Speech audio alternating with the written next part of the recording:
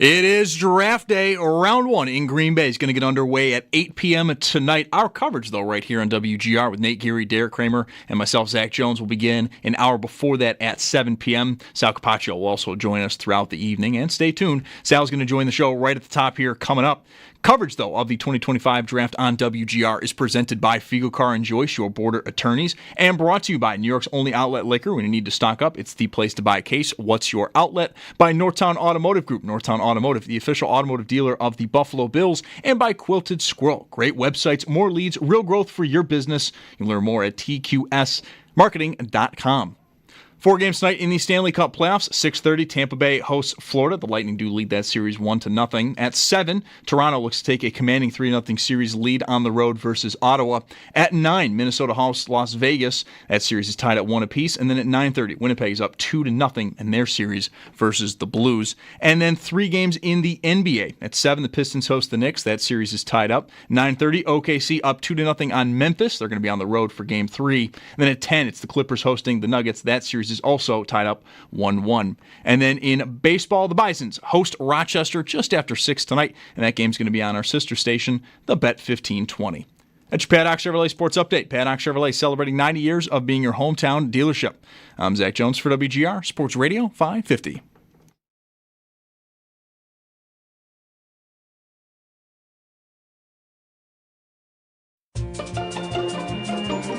It's Mike Schopp and the Bulldog. I think it's a typical Colt move. I mean, here's a team that needed a franchise quarterback to pass up a Trent Dilfer when all you have is Jim Harbaugh. Give me a break. You know, we got a guy up there. Who in the hell is Mel Kiper in a way? It's Mike Schopp. Quarterback,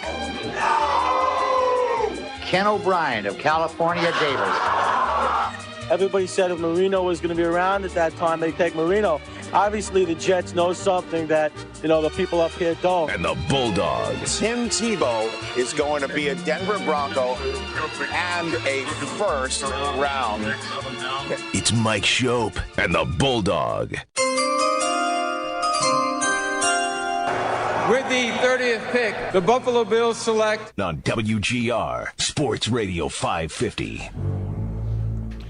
Draft day. Would you maybe consider draft day the 2 best words in the English language? It's a debate. It's good. It's good. How about in the sports lexicon? This particular draft day, I mean, need I remind you? You have it framed on your wall. The results of our sports day draft. This was my top pick. Yeah, and I didn't even really know who I was anymore. It was one of those moments where like, looking at all these things, like writing them down, having a list, and piecing it together. And well, I mean, it was early in the thing. Like that's my favorite thing. I don't know if you guys picked other stuff that I would have picked or not. No, we did. We overlapped. Okay, it wasn't a draft that I remember. It was just pick your talking, top 10. Just talking. Yeah. You made your top 10. Yeah, mine was week 1, the Sunday of week 1. Yeah, draft day has really, really grown on me. And it's all the whole thing is what it is. Aside from the hugs with the commissioner and really I don't know the crowd, the people, but the prospects, their families, whether they're there or they're on a couch in their living room and with all their friends gathered around them. I love those moments more as I get older. You eat it up. It's probably has something to do with, my kids not being little anymore. Just the culmination of the journey. Yeah. I get it. Yeah. And, for me, a little bit, I mean, it doesn't rise to the level of the NFL draft or even the NHL draft, but having a kid that went through it 3 different times and got picked all 3 times, albeit, well, the NAHL draft, he went pretty early, but the other 2 drafts, the OHL and the USHL, where he was late round picks both times. It's still a really cool thing to experience with your family and with your friends. I can certainly believe that. Even at that level. And that has only pushed me further to the stories, the families, the whole thing.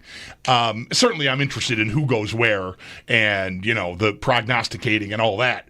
But the thing that puts it over the top for me is the emotion of the night for the players involved. The closest I've come to being a subject in a draft would be gym class, probably, which I don't always have great memories of. Yeah. Right. But yes, that's part of it. The emotion and all of that.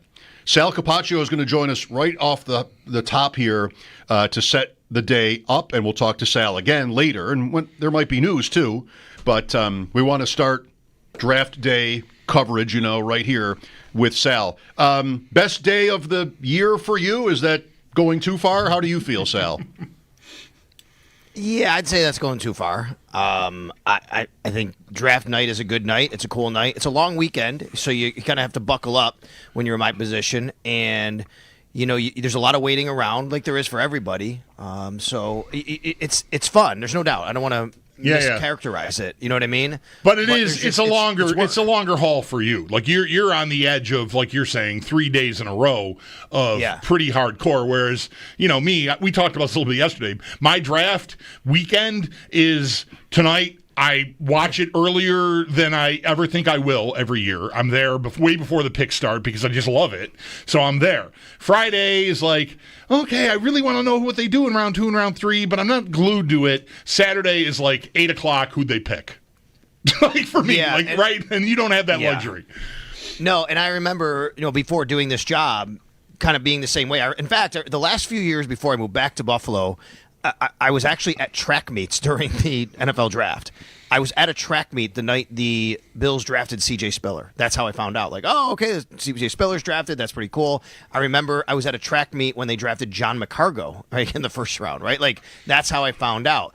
Going way back in the day, I actually loved the draft so much as a kid. I do remember staying home from school and, watching the NFL draft, and I had a tummy ache, right? I mean, that's kind of what happened. I think my first draft memory was actually not the draft, though. It was the day after. I was in line to kind of walk into school, and my buddy comes up to me, Kevin, and he goes, "Did you see the Bills traded Fergie yesterday during the draft?" It was Joe Ferguson, so 1985, right? I just looked that up to see. That was my first kind of draft memory. Nowadays, it's work. It's a long weekend, and I have to be kind of on top of every pick as opposed to what we're talking about, right? Which is you don't just wait for the Bills to see it. I mean, it's like it can happen at any time, and you got to be ready to rock and roll. John McCargo, points for that. 2006, second first-round pick the Bills had in that draft, with Whitner being the first. Yep. All right, Sal, well, what are your latest thoughts on what happens tonight? We've certainly talked about all the possibilities and the position needs and everything else. I doubt anything's different today from yesterday, but maybe there's something I missed, or maybe you've changed your mind in some way. Well, I have a mock. I posted a mock draft. I do one mock every year that does not include trades, and everybody kind of stays where they are. And this year's very unique because every team has its own original draft pick. This is the only year ever, I believe, that I read that no first-round picks have been traded. Nothing has been traded in this draft until the second round. The first pick in this draft that's actually been traded that has changed hands is number 39, and that was Chicago and Carolina going back to the year they traded and Bryce Young was drafted, and then the next year it was Chicago who took Caleb Williams. That being said, I have all 32 picks, my first round mock, and the way it fell, and try not to. You go into this without trying to do it, right? Without saying, "Oh, who do I want to the Bills?" That's not what I do. I try to look at it.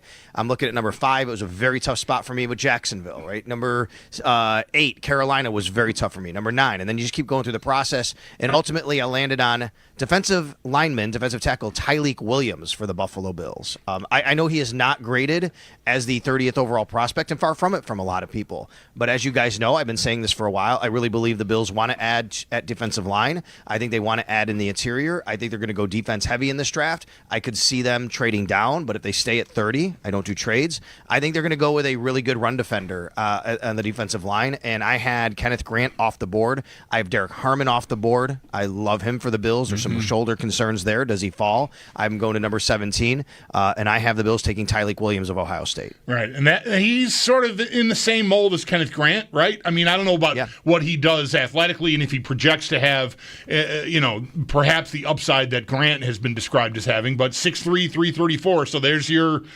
space-eating type guy. So, makes sense. It is not a name that I have seen a lot attached to the Bills. As far as mock drafts go.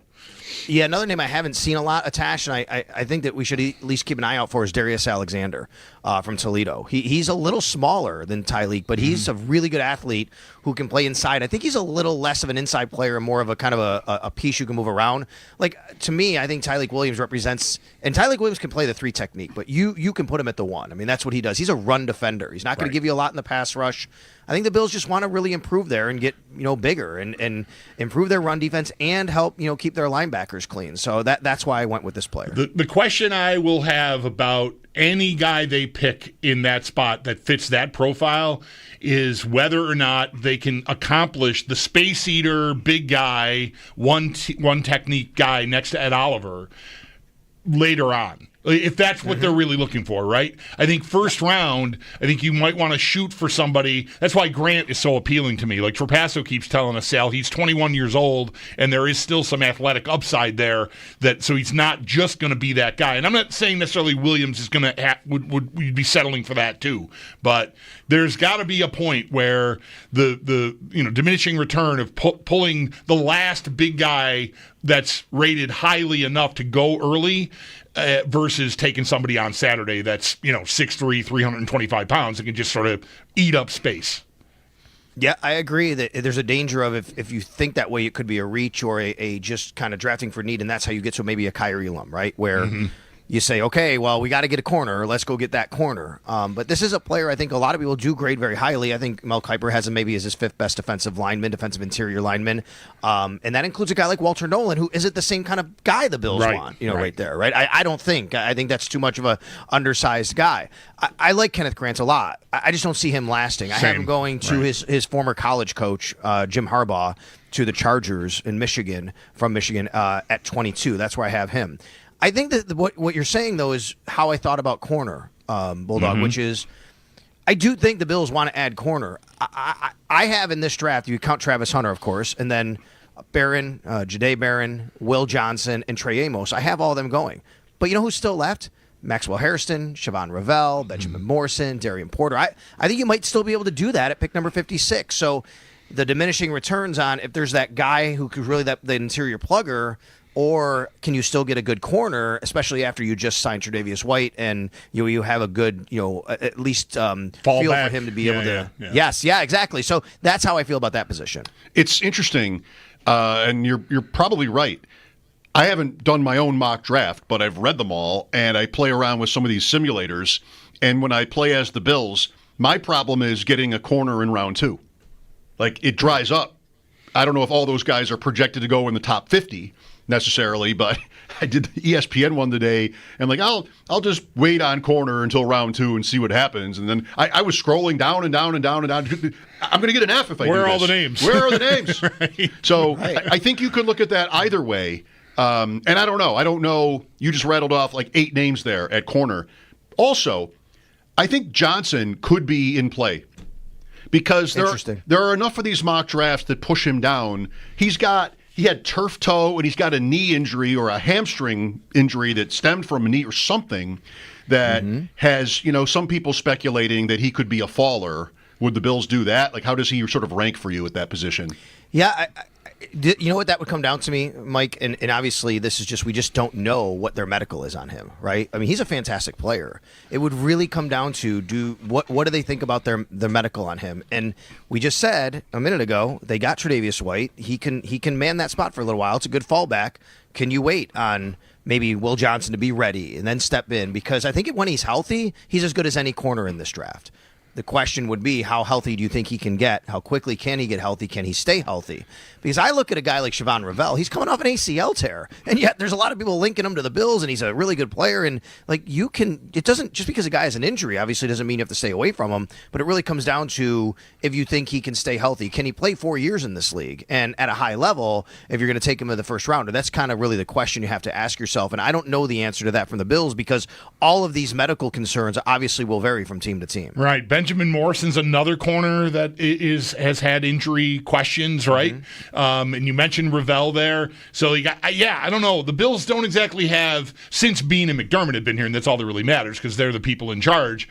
I don't know that they have much of a history of grabbing guys that had, questions physically coming in, right? We all remember Shaq Lawson was going to need shoulder surgery or something, but they picked him anyway. That was Rex Ryan and Doug Whaley.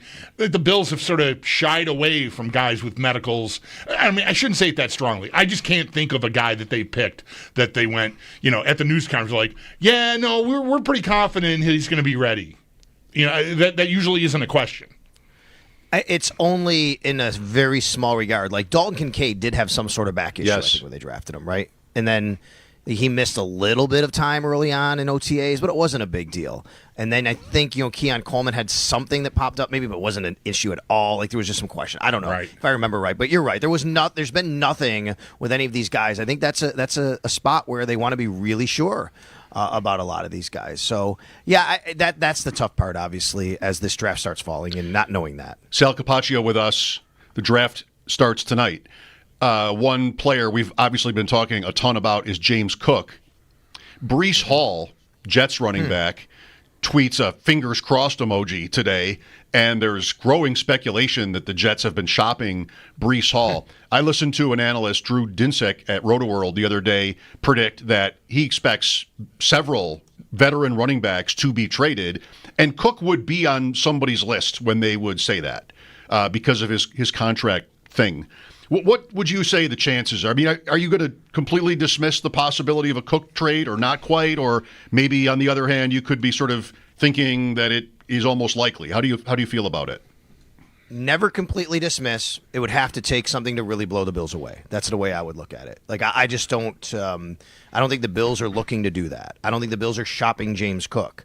I think Brandon Beane's answer the other day about James Cook should tell you a lot, and I don't think he's trying to just put a positive spin on it, only to say, okay, let's not assume it's about the contract. But when he says, I look forward to him putting on the helmet this year, and he'll be ready to roll, and talking about and saying, like, trying to make sure everybody knows it might not be contract and all that.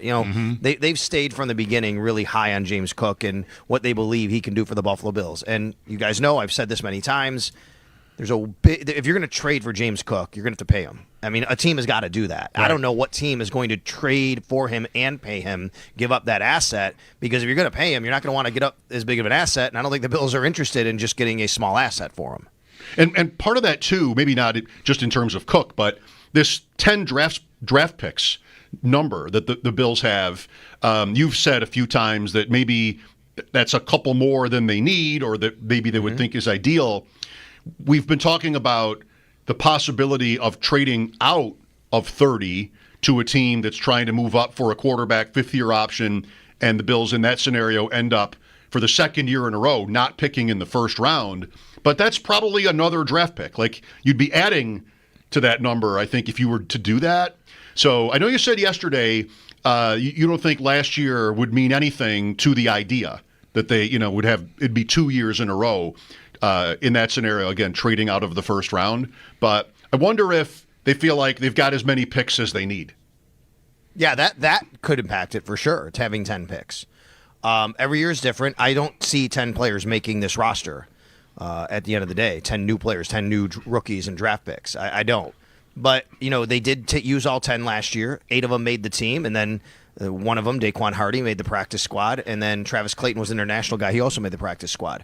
They could also feel that it's okay. I mean, like, we'll risk losing a guy. We still need to replenish and keep our practice squad going. So that's okay, and I can understand that. That would impact, though, what they would do, I think, with pick number 30 if there's a trade-down option.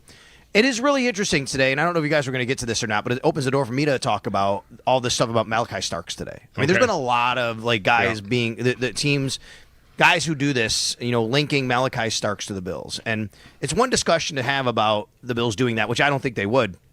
But I keep thinking, who wants you to know that, right, Mike? Like you always say, who wants you to know that? Like, why is this? And I thought, maybe it's starting to get out there because maybe the Bills are trying to entice somebody to come up to 30.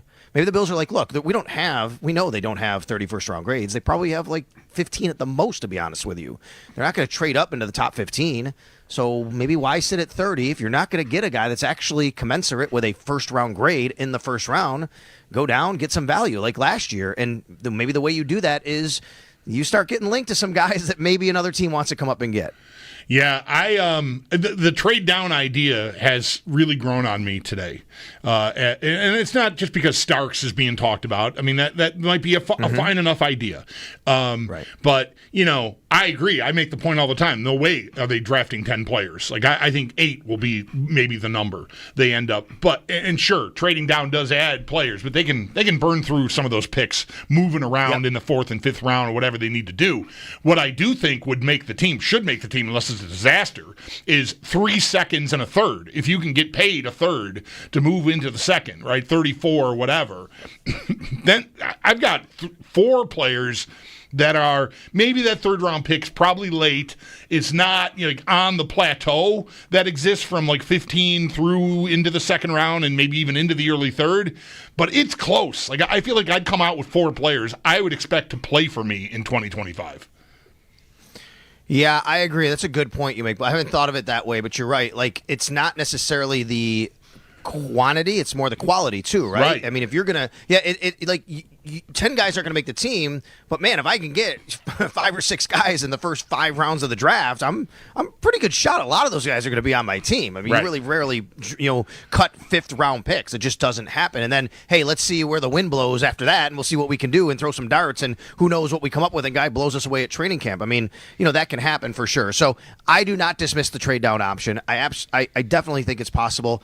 But let's remember, I mean, actually the Bills have traded up more than down in the last 3 years, right? I mean, so when people say, oh my God, last year, look what they did. Somebody texted me today, a friend of mine, and said, it's Beane's MO. I'm like, well, not really. His MO has been everything. I mean, in 18, he moved up for Josh Allen. He moved up again for Tremaine Edmonds. In 22, he moved up for Kyer Elam. In 23, he moved up for Dalton Kincaid. In 24, he moved down and got, Keon Coleman. So I just think it could go anyway. Right. He moved down a little bit twice for Cook when that happened. I think Dawson Knox was a move up. Small, but still, it was, I think, I heard Chris Trapasso talking with Steve and Chris on my way in, and he mentioned that as an example of a small move, and I think it was the 3rd round. Cody Ford was a move up also. Day 2. Yes, I'm just specifically talking 1st round, but you guys are right. I think he does have a pretty good track record of moving up in some of those 2nd, 3rd, and 4th rounds, though. You're right. There have been more interesting years for a draft than what this has been so far. No first-round picks have been traded at all, which is very unusual. It seems like Jacksonville is having a little fun with, whatever they're trying to get out.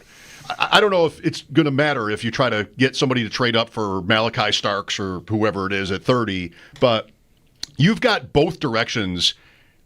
They're going heavy with, leaks to reporters, and I don't know how they're doing it, but you've got people thinking that maybe they'll get to Travis Hunter today. And I know, right? And Rappaport was talking about that. I don't know if I'm just being played. I'm sure I am by somebody. And also the possibility has been mentioned in a lot of places that they move down, and it's the Bears who move up for Genty. The Bears are the betting favorite for Genty now, and they don't pick until 10. I guess they could get him there. So anything else grabbing you today in terms of rumors or whatever? Yeah, so the latest on what you're saying is Aditi Kinkawabla has just reported that the Jags could very well trade back and take Tet McMillan. They really like him. I actually have the Jags taking Tet McMillan at the 5th pick because I agree that I think he would be somebody Liam Cohen would like. I mean, this is a team that their offensive coordinator just came from the Tampa Bay Buccaneers where he had Mike Evans. That's the comp to Tet McMillan. You look at their roster and I think that's what they want to do. Tony Baselli is now running the operation over there, right? I mean, offensive guy. I know that they could use a lineman. That's in play. I think they want to go offense. I think that's possible. And I do think that the Bears want to get their hands on a running back. I actually have 2 running backs going in the top 10 because I have Omarion Hampton going to the Bears at number 10 because I don't do trades. And I have Genty going to the Raiders. So it wouldn't surprise me. Tet McMillan, to me, is the guy there. That was a very big pivot point. I think the other one for me was New Orleans. Do they go quarterback? I do not have them taking Sanders. I do have Sanders going to the Steelers. But the thing for me, guys, is what do the Steelers think about Aaron Rodgers? What do they think about their quarterback situation here? Because no one knows that unless we get something tonight and then suddenly we know that the Steelers either are or aren't going to have Rodgers on there. And then real quickly, just this Malachi Stark stuff, I wanted to address it. I think it's really interesting that all these people are linking the Bills, and I'll just hold on what I've said here, which is I understand any fan who says the Bills could get a Malachi Starks or Nick Emenwari, which is, Bulldogs guy, and there's a fantastic player, and I have him going up, by the way, earlier than the Bills. Yeah. I understand that. My position is I don't think the Bills are interested in doing that. I think the Bills feel strongly that Taylor Rapp is a guy that they really believe in at safety for all he does for them. And they just spent a second-round pick last year on Cole Bishop. And this is not a position like DT where you rotate, right? You don't just put guys on the field all the time. Special packages you do. So I don't think there's a spot to do that for the Buffalo Bills, and especially early with a pick. And that's why I question, why that's happening. Very good. Well, hopefully we get some action during the day. We'll talk to you again, Sal, later on as we get closer to the festivities. You got it, guys. I'll be down at One Bills Drive shortly. Thanks. All right, that is visit number 1 of the day for our Sal Capacio on the West Her Hotline. This first appearance, as well as the one later, will be brought to you by New York's only outlet liquor. When you need to stock up, it's the place to buy a case. What's your outlet? 3 times on one show has probably been done. Sure. Maybe even by Sal. Yeah. 4? I don't know about 4. I don't remember 3, but it's 20 years. I mean, probably somebody's... I feel like 3 times probably we had 2 scheduled and maybe something happened that we needed to okay, get Sal in the media room, get him on the headset. We got to talk to Sal again. At that point, you should just sit down in here. Just not even, right. Just stay. I keep getting called back. All right. Well, it's a great night. 803-0550 if you want to tell us what you think will happen or what should. Mike Schopp and the Bulldog here. We'll hang out all afternoon, keep track of what's being speculated and any sort of trades, of course. Hopefully we get a couple. That'd be fun. Thanks for listening. This is a great day. We'll be back after this here on WGR.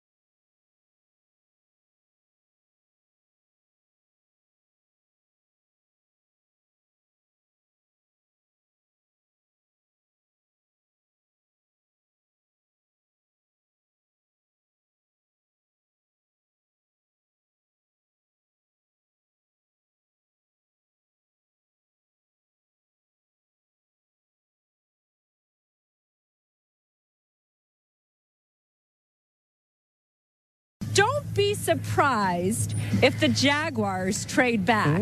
I've heard from multiple sources, and there are multiple people around the league saying that the Jaguars have a lot of interest in big wide receiver Ted McMillan. That would give Trevor Lawrence another great target. That would be exciting for new head coach Liam Cohn, but they don't need to pick him at 5. They don't need to pick him at 6. They don't need to pick him at 7. So the Jags could be making a trade down to 10. Aditi Kinkhabwala is on one side of the Jaguars fence, and there are people on the other side that they might be live for Travis Hunter at 2. All right, let's be the Jaguars for a minute. What do we want? What do we want? I think I want to trade down and draft the receiver. I think that's what I would want to do. It shouldn't be Genty. Right. It really shouldn't be Genty. I agree. They could go offensive tackle. There's that at 5. I don't think they should need to trade down to do that. They could just do that. They really don't need an edge rusher. So, okay. I don't know what to think of McMillan. He's been one of the most... The receivers have all been criticized for different things. Mm-hmm. Golden may be the least of all, but the profile has, I won't say too much here, more bust potential than other profiles, the fast one. McMillan has a competitiveness, criticism, and I don't know. He seems good, but I still like Burden. Yeah. I saw him comp McMillan. Boy, I wish I remember who I saw him comped to somebody. Oh no, we heard it here. Sal just said it. Sal said Evans. Mike Evans. Like, if that's like a real tomato ketchup comp, I have no problem taking him in the top 10. The most common comparison for McMillan is Drake London, to the point that people make fun of it now because everybody says Drake London. Yeah. For him, they didn't run, they weren't fast, big, contested catches, but again, not like a burner. So, he's good. He's good, and Evans is even better. I think all he's done is go for 1,000 yards every year. These things aren't direct comparisons. Just, if I thought I had a chance, a reasonable chance to be drafting a guy that could turn into something comparable to Mike Evans, I wouldn't hesitate. I wouldn't worry about the 40 time. I wouldn't worry about any of that stuff. Competitiveness, how much does he love football, doing the work. That's another layer that I would want to do my homework on. But I just feel like a lot of that stuff at this time of the year especially, not that the stuff on McMillan is suddenly new the last couple days, like some other stuff that I feel like is sort of making the rounds at least more aggressively. It probably is, all of it's probably been out there just hiding in some corner, but now it's all coming out. I just feel like there's questionable motivation for that stuff coming to light, and maybe some team that's drafting, in the teens is trying to see what they can do to get McMillan to fall.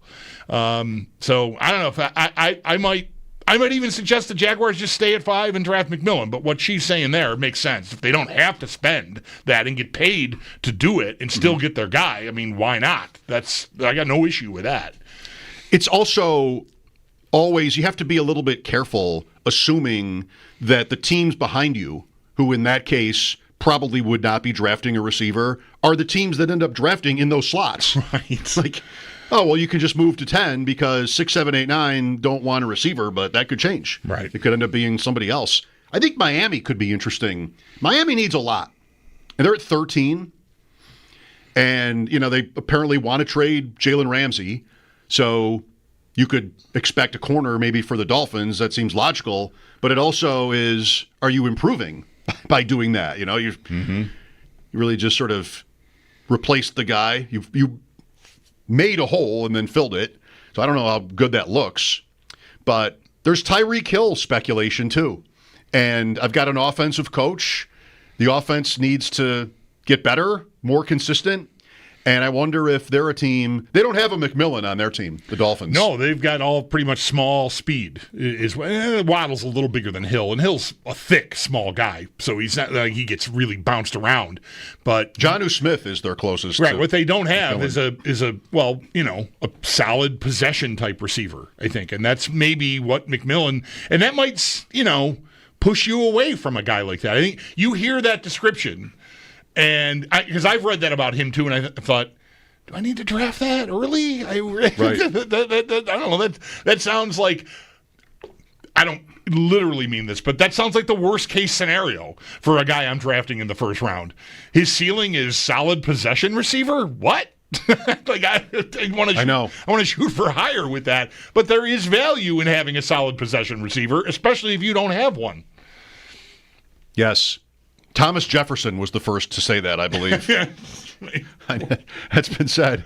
A news conference after the 1777 draft. Yes.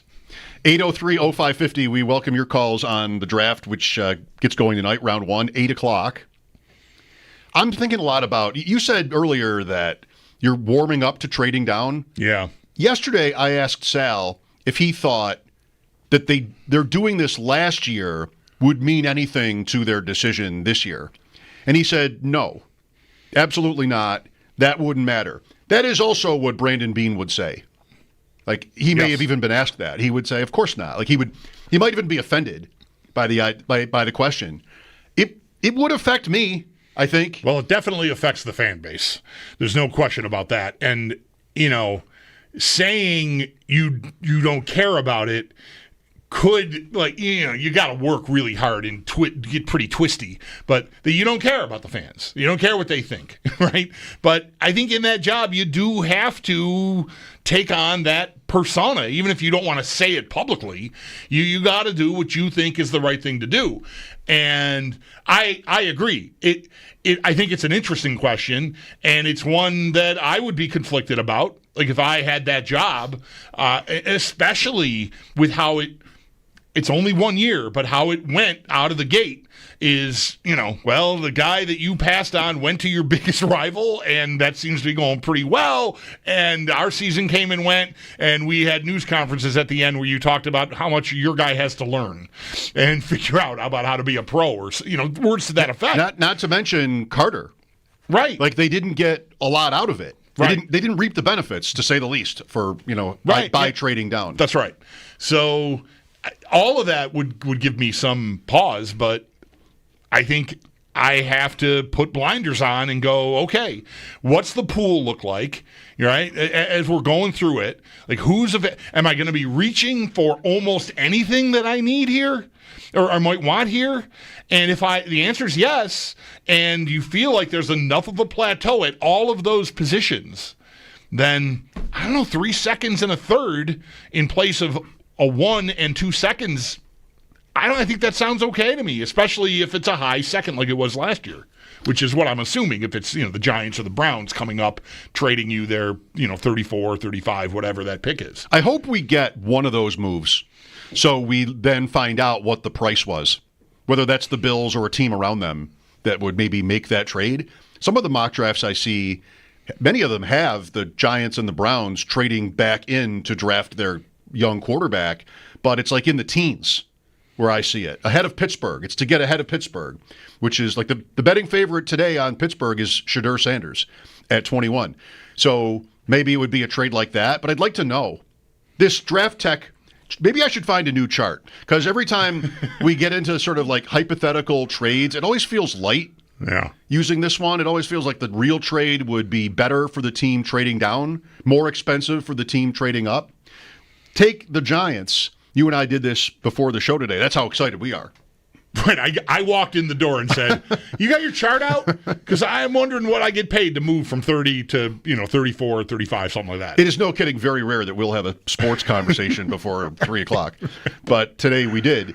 And it's something like the Bills trade 30 and a Saturday pick for 34 and a late third. It might be good for the Bills. It would be probably good for whoever makes that trade from the first round, that the Browns and the Giants both have late thirds in addition to their early thirds. So that's probably the more realistic price is like for the Giants to be pick 99. So you go from 30 to 34, you add pick 99 and you give up like 170 or whatever that would be. Yeah. And that makes sense to me too. That's a way to not add picks. Like you're adding a valuable pick, but you're tossing another one onto the fire, and so you still are at 10. Right. Which I don't mind. We've talked about that a lot. I don't mind the number 10 for this because you're never expecting them all to make the team, no matter how many you have. You just want to have the best odds that you find the right rookies. Thinking about like Benford in one, very positive example. Just what if you threw the pick away, right? Then you'd really need a corner, by the way. Yeah, so that's right. I like that too. My favorite thing about what they did last year, as I've said many times, was that they had all day Friday to wheel and deal with that first pick. Having the first pick on Friday seems like that's really good because there's 31 other teams, there's somebody they want, and you just keep going. But I don't know if the Bills were even open to that. I might guess that they weren't. They traded down twice, right. And you know what? We're going to pick our player now. And that I kind of think is maybe their attitude about tonight, too, is we did this last year. And it didn't really, did it all pay off in multiple ways? The players involved, the extra picks that they got that really didn't matter in year one anyway. I feel like my reaction to that this year would be like, let's just not do that this time. And I don't think they'll be reaching. We've talked about 10 players, if not more, that seem reasonable at 30. That they're on mock drafts, sometimes they go earlier, sometimes they're not picked, but it's common that you'll see them in that range. And if I'm the Bills, I get one of those guys, I can live with that. I don't feel like I'll have reached to draft Amos or whoever. Mm-hmm. I'm going to go with Sal on the safety idea. I think he's making a good argument that he doesn't think they'd want to do that. But a lot of people are putting them on safety. I'm going with Sal on that one. So whoever it is, corner, defensive tackle, I don't think it's likely to seem like a reach. We'll see if it's somebody we've never talked about, then it will. Right. Then we'll all be like, why didn't they trade down for this player? Like if some linebacker that they have graded really highly falls to them or something and they do that might be like the worst case scenario for tonight for me. UCLA. Like to me, that's even worse than trading out. Carson Schwessinger. Right. His name came up yesterday. Is the player. And there also is, I guess, some talk that the Alabama guy, Campbell, I think is his last name, could fall. There's a shoulder issue there. And that he looks like an absolute hellraiser. But again, like, what am I? Maybe I'm only a year away from really needing a new guy there, right? But man, I just don't feel like for this year that is good asset management. If I were to sink, even if the guy could turn out to be a fantastic linebacker, like as good as Milano. Like, I feel like I'm not helping myself this year that much because Milano is still here and Dorian Williams is behind him, and I've got Terrell Bernard and yeesh. But I don't know. I mean, he might be the best player available if he falls that far, and that scenario is a little scary to me. We'd love to hear your thoughts, 803-0550. We know, of course, a lot of you put a lot of time and energy into the draft. What do you want? Let us know. Mike Schopp and the Bulldog here. Draft round 1 tonight starting at 8. You can follow it all here on WGR.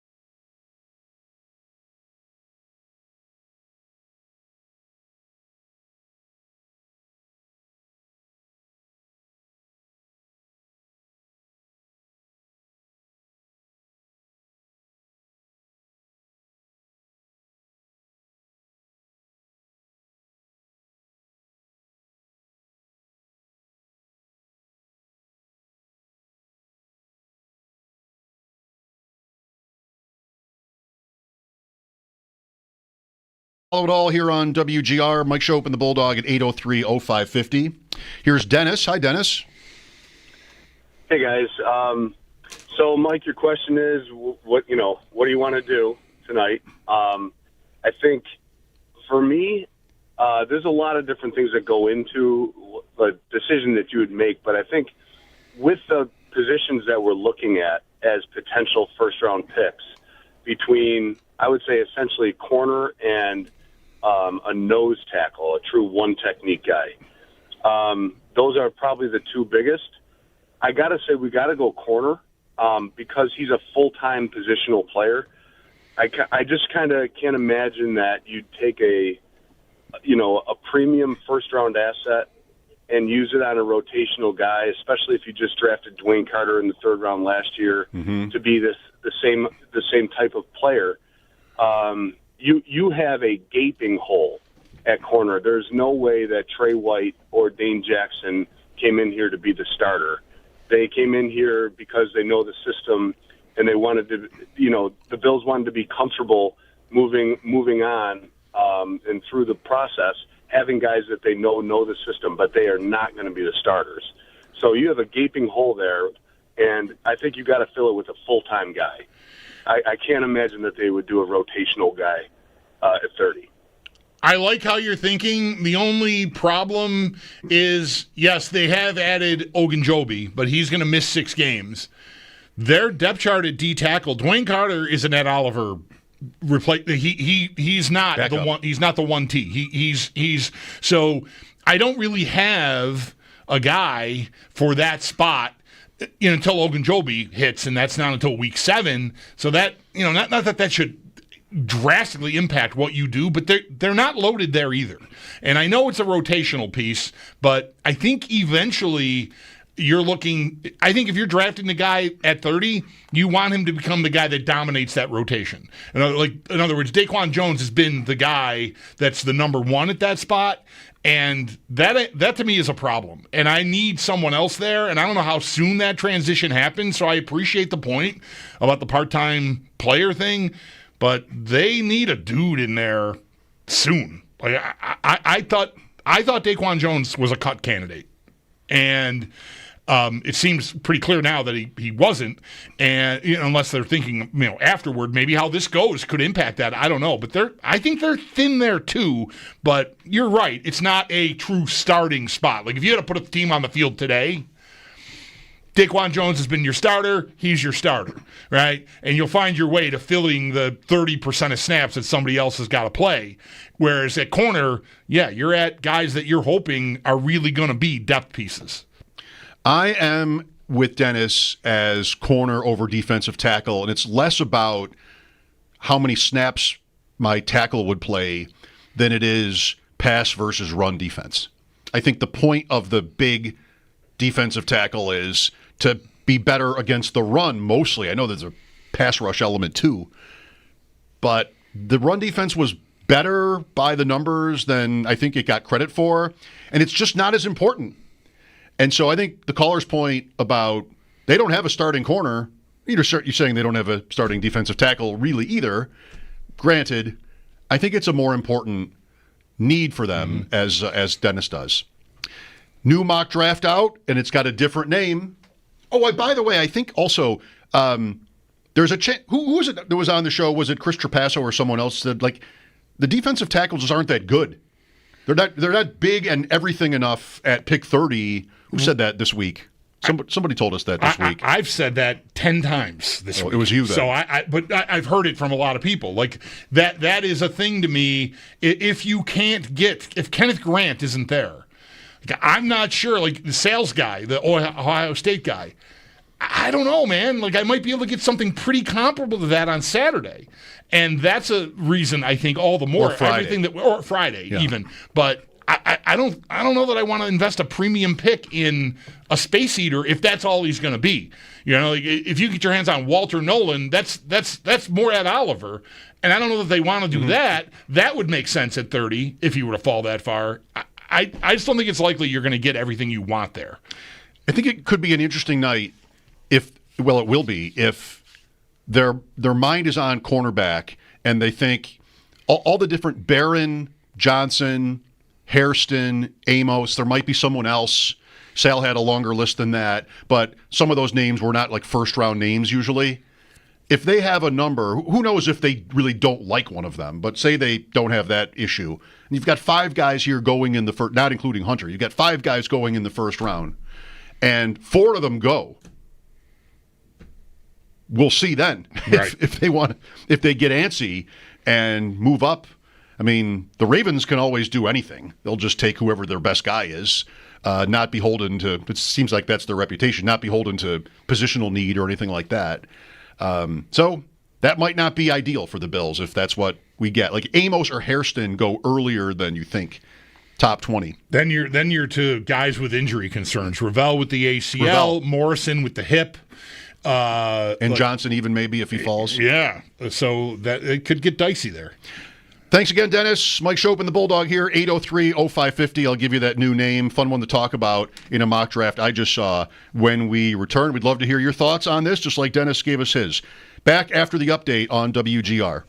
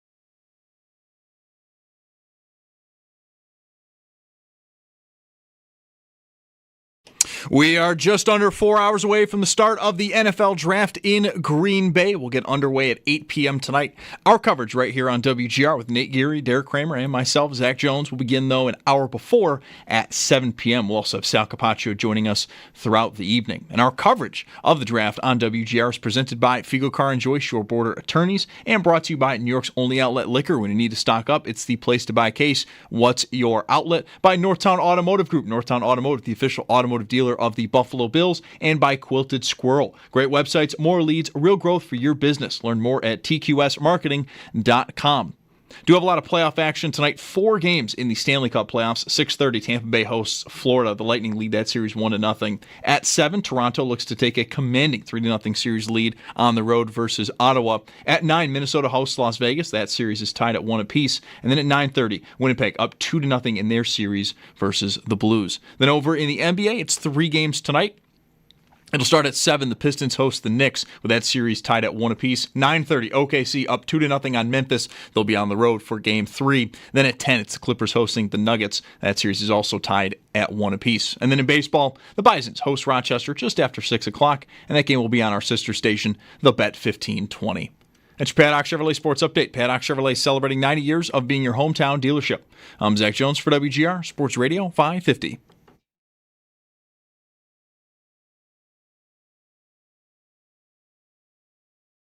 On all the prospects and the possibilities.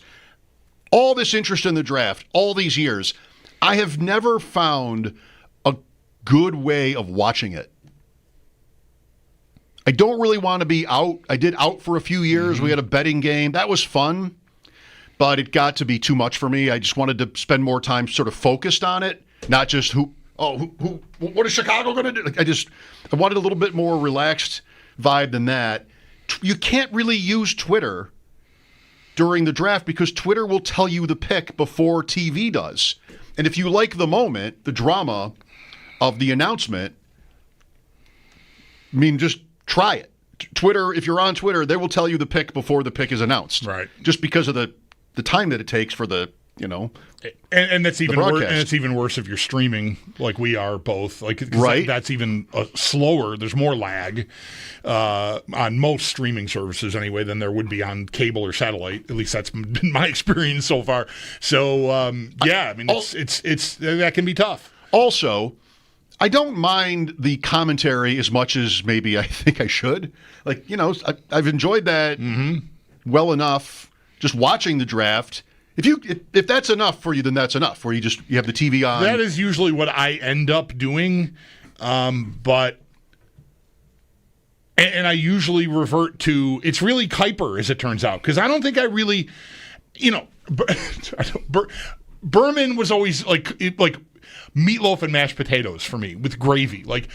It's good. This isn't elite. This isn't something I would go out and pay $25 for. But you put a plate of meatloaf in front of me with some mashed potatoes and some gravy, I am eating the you-know-what out of that. I'm going to love it.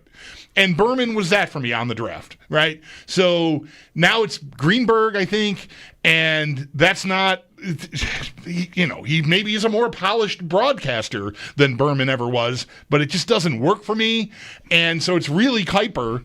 Every time I've gone to the NFL Network, I don't stay there more than 30 seconds. And I've always liked that one more. Right. It just makes me nuts there. I don't know why. It might just be visually, it just looks so different than what I'm used to with ESPN. It's Rich Eisen, right? Yeah. And I like him a lot. So maybe I should try that and see if it can take. But I've never really liked any of the analysis I'm getting there. Like Steve Mariucci was there for a while. I don't know if he's still a part of the draft coverage. I know he's on the network still and has been. It just never really worked for me. Well, that's maybe your first decision is which network. You could listen to us. I mean, if you want Bills throughout the night, you'd listen to us, I would think. So there's that option. I want fantasy, which I'm not going to get from any of the network ESPN shows. Or NFL Network. I've watched the Pro Football Focus roundtable. Collinsworth is on that. Sam and Steve have left. They do their own now, which I think might be good because they're good. So why wouldn't it be good? And then there's the one I'll be on tonight, Ship Chasing, which is absolutely a fantasy stream. I'd recommend it if anybody's serious about fantasy. The guys are great. It's funny. And they've lined up like 10 of us for different markets to talk about our home teams. I've got the Bills, which will be really late. So how do I do that though? Like, I want to watch. I don't have that basement. I don't have six screens or anything like that. Right. I've got maybe 2. I could use my phone and my laptop. I've got maybe 3, but I can't listen to everything. I could get to 3 because I can. My phone would be one of them. I could borrow a laptop and log into our streaming, and I could find my way to 3 screens if I wanted. But you can only listen to one broadcast. Right. And what I liked the PFF thing. Trevor Sycamore was a big part of that the year, and Collinsworth was there because he's the one who said, like, I know how this is going to sound when the Bills drafted Kincaid. I was watching them right after the Kincaid pick. I went to it, and he comped Kincaid to Travis Kelce. Like, oh wow! And I liked that show, but doesn't have the highlights and it's just it's just the dudes talking. Right. It's like this show, except they're draft experts, and you don't get the announcement. Right. They tell you what the announcement was. Right. I like the announcement. I want that. I want those moments. Mm-hmm. Who's it going to be? Am I wrong about this? Goodell, when he makes the announcement. With the 30th pick in the NFL draft, the Buffalo Bills select name of the player, position, maybe school. Mm-hmm. Rozelle, I don't know about Tagliabue, but that used to be the position first. Rozelle was great. Like, he would leave you hanging. Okay. That clip we have of the Jets in '83, quarterback, Ken O'Brien. Like, that's beautiful. Give me that. Right. Because put the position down and I can think for a second. A little more theater there. Yeah. That works. If Goodell tonight were to switch to that, with the 30th pick in the NFL draft, the Buffalo Bills select running back. I would scream over the name. I wouldn't hear the name. Right. I'd have to find out later who the name was. Just running back. We would all just be gasping, and maybe miss. Yeah. Why shouldn't it be that way? That's more fun. Yeah. I don't think he'll be announcing the Bills pick. They have a fan that is going to announce the pick. I don't have the name and the details. Oh, really? I know I saw a video a week or 2 ago because even some people went so far with it. I saw some. I looked at the comments. They've got a guy to make this selection. They're not going to trade the pick. They've got a guy arranged to make the pick. But like in the video, Beane says our first pick, not our first round pick. So I saw people debating that. Like, they're not going to trade it. They've got this guy arranged to come do it. And I don't know. I don't know that has to be a deal breaker.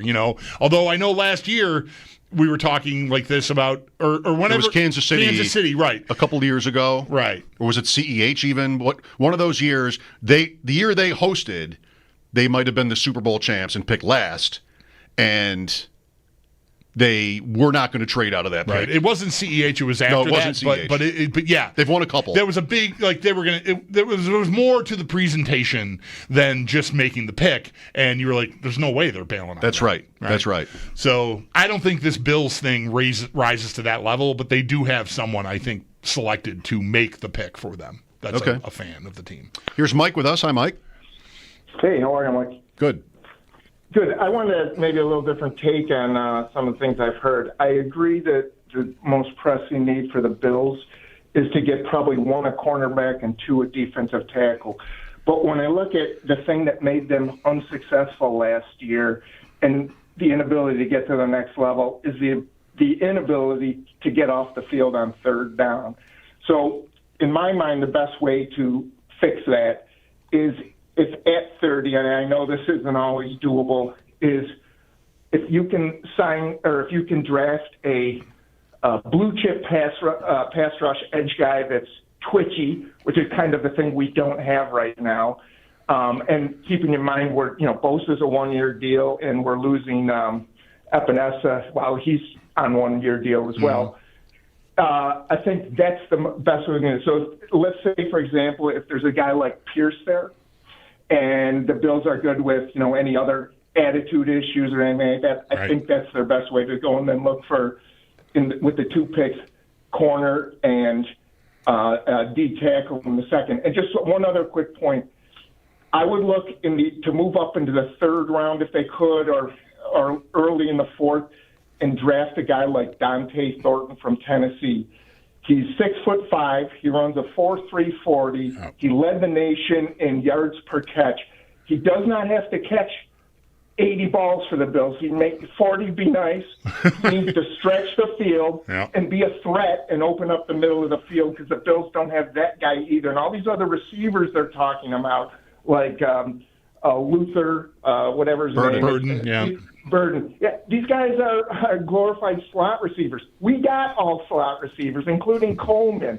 We need a guy with some speed to at least keep them honest. Every now and then you hit on that, but also open up that mid-range stuff for all those slot guys and for our tight ends. That's my theory. Before you go, Mike, just to tell you, I use the Football Guys rookie draft guide, and among other things, and they have a comp for each player. I know a lot of places do. Their Dante Thornton Jr. comp is Justin Shorter, who was here. He was a Bills draft pick. You know who mine is actually? He's the poor man Randy Moss to me. Well, that's a little more complimentary than Justin Shorter, I guess. But here's it.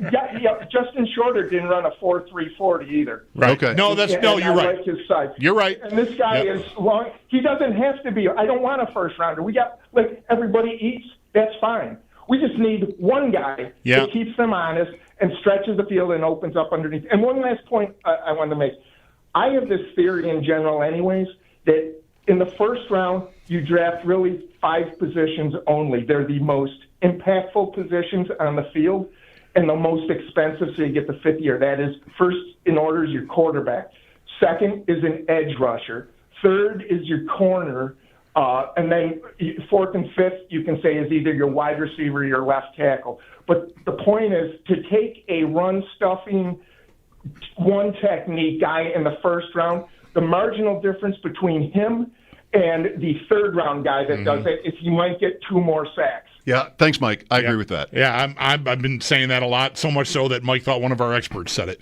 I'm pretty sure one did. Yeah, maybe. Maybe I stole it from that person, but I've been feeling that way for quite a while. I like the caller's thinking. I heard Sal this morning. I can't remember if it was on the morning show, if it was on his own show, or it definitely wasn't with us an hour ago, say exactly that. Like, the Bills might be looking for a very specific type of receiver. And the speed element is exactly that. So if you can find that in a 6'5" package on Saturday, and I don't need him to play 80% of the snaps and catch 80 balls like Mike is saying. I need him to play a role and, get out there, establish that it needs to be respected. So you have to hit on some plays, at least throw the ball down there to him and make teams respect it. And that might, to start off, be all you're looking for. And I can accept that. I mean, I can get lost in the intrigue and the excitement of Matthew Golden or even Burden. We've talked about a lot. Any other guys that are above Saturday, either the Iowa State guys or the Utah State guy, Noel and Higgins, those guys. Those guys all sound like Friday guys to me. So this Thornton does not, and I might be okay with that. It's not the sexiest thing, but it might be functionally exactly what you're looking for. Mike sounded like somebody to me. George Perlis. Know that name? Not sure I do, no. George Perlis was the Michigan State coach for a long time. Before that, he was a Steelers assistant. I have all those Super Bowl NFL film shows completely burned into my brain.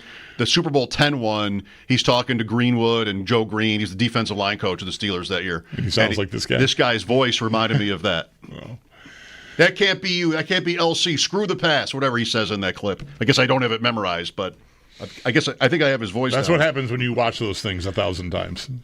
You don't memorize the words? No. I just mean the voice of someone's voice. Like, this sounds like a guy from this. Yeah, that's all. Thanks, Mike. A lot of good points. Poor man's Randy Moss. And that's Mediterranean Avenue. Right? That's the first base on the Monopoly board. No offense to the guy. Maybe he'll be good. I don't know that he won't. But if we're talking about the 5th round, or even the 4th versus Randy Moss, one of the all-time greats. All right. Speaking of receivers. Oh, is this the new name? You teased the new name at the top of the hour. I did. Evan Silva's final mock draft. I believe second in final. I wonder who does the most. Maybe Chris does one every week. Right. Somebody's out there doing one every day, I bet. I kind of want to guess. All right. At 30? Yes. No trades in this mock draft. I'm going to say he has the Bills taking Buka. No. Okay. Baltimore did. Too bad. Also, McMillan went to Dallas. It's a new name? Well, I have not seen this name mocked to the Bills, I think, yet. Okay. This is a player we've talked about. Is it Matthew Golden? Yes. That was excited. That took my breath away. That's what that was. See, again, wouldn't it be better if Goodell put the position first when he made the announcement? You could have a half second to think about who it might be. Let me send him a text. You know what it is? You get two... Yeah, do that. Hey, Commissioner. Radio's the Bulldog here in Buffalo. My co-host. Big fan. Yeah, big fan. You get two... Thanks for taking my call. You get two... I'm so right about this. I have no idea whether Dante Thornton will be good. I'm right about this. You get two jolts of energy. Wide receiver. Okay. Can we stop the clock? Yeah. Let me just think about that for a second. Right. Who could it be? Who's available? And he doesn't have to give you 30 seconds there, but just one is enough to start. Yep. Your mind starts racing. And then the name, and that's a second jolt of energy. You said the name first. You follow the draft. You already know what position he played and what school he went. So you don't even hear the rest of the announcement once you hear the name. But the other way... You can even pump it up to the point where you go position, then the school. Because in the case of Matthew Golden, I mean, not that Isaiah Bond is thought of as the same level of prospect, but still, he's been tied to the Bills. He's met with the Bills, a 30 visit for the Bills. So you go wide receiver Texas, and I know both guys are available. I don't know which one it is. Yeah, I'd want to go back and forth on that. I wouldn't want to do it every time that way because it takes a while to say the name of the school, and it's going to be a formality most of the time once you know the position and the school. Like, you won't even hear the name then. But, yes, it would be cool to do that if there were two guys. Yeah. Only where there are two guys. Where there are two guys. Texas guys, the Iowa State guys, at receiver I'm talking about here specifically, right? I know there are other schools where there are, more than one prospect at a position. Yes. It's a good idea. It's not original. Rozelle. That's how we used to do it. The GOAT. That's what we're going with? The commissioner, the GOAT of commissioners. No? NFL-wise or just overall? Everything. Yeah. Maybe? Oh, who do you put above him? The NBA guys. David Stern? Yeah, I mean, building-wise, he gets a lot of credit for, the template. Bettman was under him, and he came to the NHL and tried to do kind of similar, I think. But I'm thinking of the new guy, Adam Silver, although I think it's lost a little juice there. But it seemed like when he showed up, it's sort Everybody of loved him. New ideas and exciting and all that. So, Giamatti for baseball. There's no other baseball commissioner has been even liked. That's right. I liked Fay Vincent because I got to talk to him. So I came to like Fay Vincent, but I didn't really have an opinion of him when he was on the job. Those conversations were after he was out as commissioner. But Giamatti had it. I did that once with you, Fay Vincent. Yeah? Yeah, I remember it. Giamatti was the best. Brilliant guy. Eloquent speaker. Yep. Somebody you just had to listen to. And really was the last. I think this came up when we were talking to Fay Vincent. He was the last of what the commissioner really was prior to this modern era that we're in now. The ombudsman. Yeah, it was what's right for the game, what's the best thing to do for the sport, and everyone else that has followed him. And I think even Fay Vincent sort of got derailed. It just the business sort of took over, and you're just the steward for the owners, not the game. And he was the commissioner when they canceled the World Series, so that's never going to go over well. Right. But Rozelle, the problem with Rozelle, just lastly, as the choice, is that anybody involved in the AFL would hate it because Rozelle was the enemy to the AFL. So I guess I'd have to be careful around Ange, I'd have to just be careful where I say this. 803-0550 for your calls. The draft tonight, round 1. Mike Schopp and the Bulldog here, listening to your ideas, bouncing our own off of you guys and each other. We'll be back after sports here on WGR.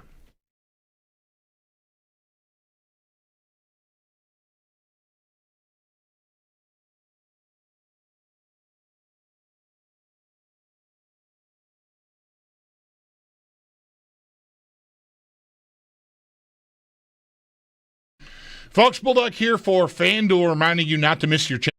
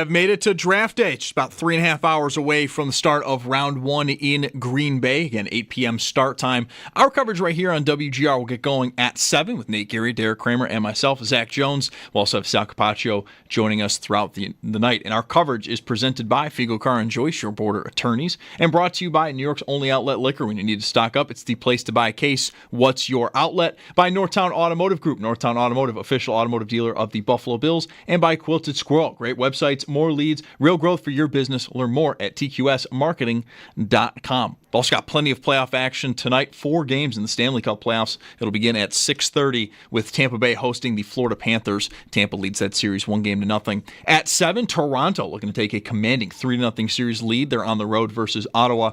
9, Minnesota hosts Las Vegas. That series is tied up. Then at 9:30, Winnipeg is up 2-0 in their series versus St. Louis. In the NBA, it's 3 games. At 7, the Pistons host the Knicks. That series is tied up. 9:30, OKC is up 2-0 on Memphis. The Thunder will be on the road for Game 3. Then at 10, it's the Clippers hosting the Nuggets. That series is also tied. And then in baseball, the Bisons host Rochester just after 6, and that'll be over on our sister station, the Bet 1520.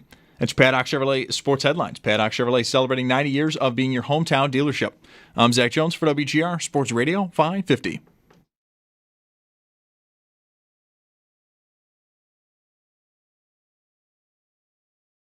There is one team in the New York Giants that did make an aggressive pursuit to move into that number 1 spot. I'm told by my Titans sources that the Giants were the most aggressive team to move to that 1 spot. And I'm told by my Giants sources that they were made very clear by the Titans that they were not going to trade out of that first pick. And that is because we do anticipate that they will select Cam Ward in that spot. Jeff Darlington. No drama at 1 overall. Today, there has been a little bit about pick 2, with the rumor being that Jacksonville might want to trade up with the Browns for Travis Hunter. What could the Browns get? We've talked about all these middle picks and whether trade-ups are coming because everybody's kind of the same and maybe you wouldn't really need to trade up or you wouldn't want to pay regular price. That pick, though, that would probably be a haul. I would think even from 5 to 2. 5 to 2 is got to be. I mean, obviously pick 5, next year's 1, and then I don't know what else. I don't know that it has to be a lot more than that because it's only 3 spots, but it is so high up in the draft. So it's absolutely next year's 1, I think, without question. Without question. Then I don't know what else fills it out, like a couple of 2 or something. I don't know what. On my thing here, it's 900 points. Steve Palazzolo tweeted a mock trade between Jacksonville and Cleveland gave them like 14 things for the PFF computer. You mean Jacksonville gave them 14? Yeah, sorry. Jacksonville gave Cleveland all the picks. All the picks wow. And 2 more next year maybe. It was funny. Okay. Wow. I tried that one, the PFF one. I liked it. And remember this? We were doing this on the air, I think. How much would I have to give up? Maybe it was 30 to 1. I don't know what it was, but I just tried. I just kept dumping and it wouldn't let you picks into the algorithm, and there was just no possible way it was going. It just couldn't. I couldn't get the deal done. You only get so many tries before they start. All right, we're moving on. So trying to sign into your bank account. Yeah, maybe. Like, you're out. You're done. You only get so many tries at it. Right. Minnesota could be an interesting team tonight.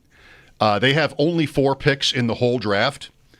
The additional second-round pick the Bills own was theirs. It's maybe confusing because they got it for Diggs, but they got it from Houston, and they got Diggs from Minnesota. But it was Minnesota's pick that Houston owned. And Minnesota had a surprisingly great season. That could have been a lot better if they were terrible, of course, but that didn't happen. But trading down is one of the more interesting discussions, I think. Minnesota, I think, is 24, and I don't know, maybe that's a trade up where they accrue picks. That would be the case there. And I'm thinking that might be, people are speculating that that's what they want to do, try to catch up a little bit. Yeah, I wonder if they're maybe They don't have to be too early. If somebody wants to try to beat everybody to this idea that you have been talking about for many weeks, the teams that aren't getting quarterbacks at the top, if they want to make sure, right? I want to make sure we get our guy. Maybe that's a spot especially if you get Steelers are at 21, right? Yep. And Minnesota's at 24, you said. I think so. So if the Steelers don't pick Sanders or Dart or even Milroe, right? I'm going to keep that idea alive. I still would want to bet on him being the second quarterback pick, but I'm not going to be able to do it. But if you get through there, and it doesn't have to be if one of them goes, fine. Maybe even if one of them goes, then and it's not the one you want, the Giants or the Browns, then but a quarterback went like, oh yeah, we better move here, right? The Giants might be worried the Browns are going to do it. The Browns might be worried the Giants are going to do it.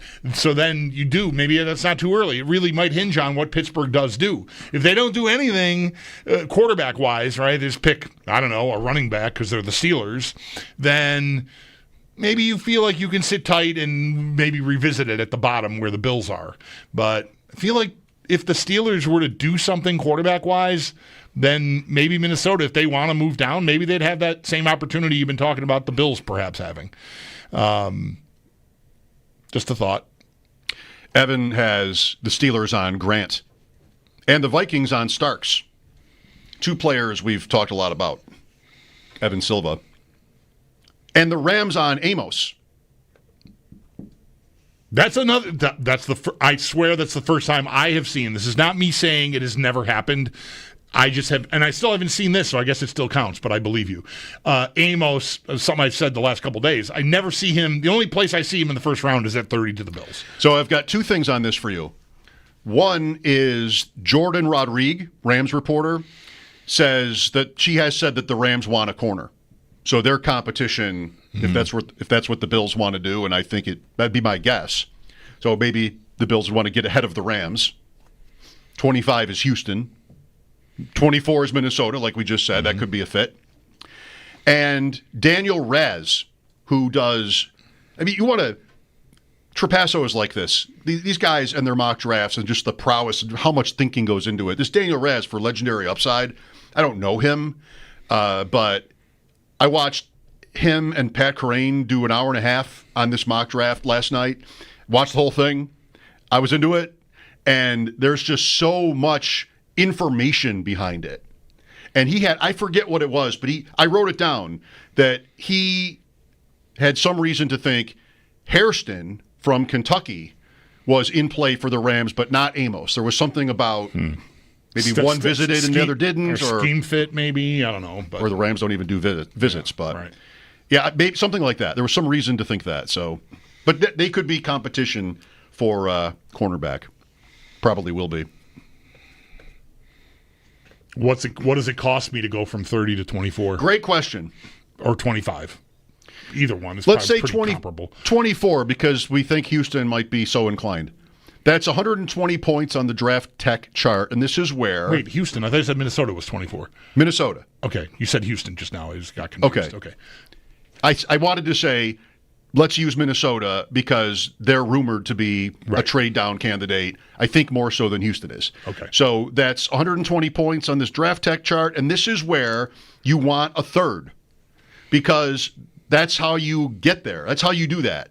Maybe it's 2/4, but I don't know if that's too rich to move up 6 spots. I don't know. Do I want to do that? Mm-hmm. But that's about the price. The third round, there's something about it. That sort of middle, it's still day 2. There's still players you can maybe imagine starting for you. Mm-hmm. And the flexibility you get, I think, in trade negotiations by having a third-round pick seems like it's important. I mean, a second can be that, but I think you're holding your second-round pick close to your heart. Like, that's a pick you really want to make. Yes, I agree. A third, maybe you could live without it, but you just want it for that flexibility, and the Bills don't have that pick. That's Amari Cooper. Right. So, pick 94. Maybe they get it back from the Browns if they do the quarterback thing. Cleveland moves back in. Right, but that doesn't help you. You can't go back in time and then use that pick to trade to 24. No. Time doesn't work that way. No, you cannot do that. Nor does the draft. You want it now. Right. You can't get it now. It sucks that there just has not been anything. Like, just give me a day 2 trade right now. Let's just move around a little bit. Anybody. Well, there has been a lot of speculation that once the round begins, it could be nuts. And that could include veteran players, and there could be a lot of shuffling around. If prices are depressed to move up, and teams are crushing on players, and, different teams have different agendas and, of course, different gradings and whatever. So I'm sitting at 16, whatever. And there's not a guy I really like. I had 12 first-round grades, like maybe the Bills only have 12 first-round grades. I'm sitting at 16. But somebody back there is like, man, our dude is there. And if lots of teams are actively trying to do that, then maybe it doesn't cost as much as it usually does. And that could activate some teams.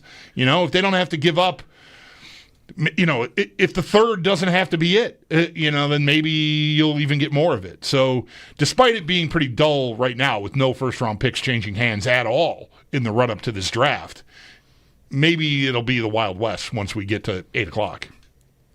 Well, that would be great. Or a little deeper into it. I'm not ready at 8 o'clock necessarily. I don't even need trades exactly. I want the story, the scoop that I can fall for and that you can get mad because I am so gullible to think that this is real. Jacksonville is the only team playing around. Well, maybe Cleveland is. Diana Rossini, Browns actively listening to offers for number 2 pick. Who knows what that is? Actively listening. Actively, yes. As opposed to passively listening? All right. As opposed to not listening? Listening at all. Right. I think listening is fine there.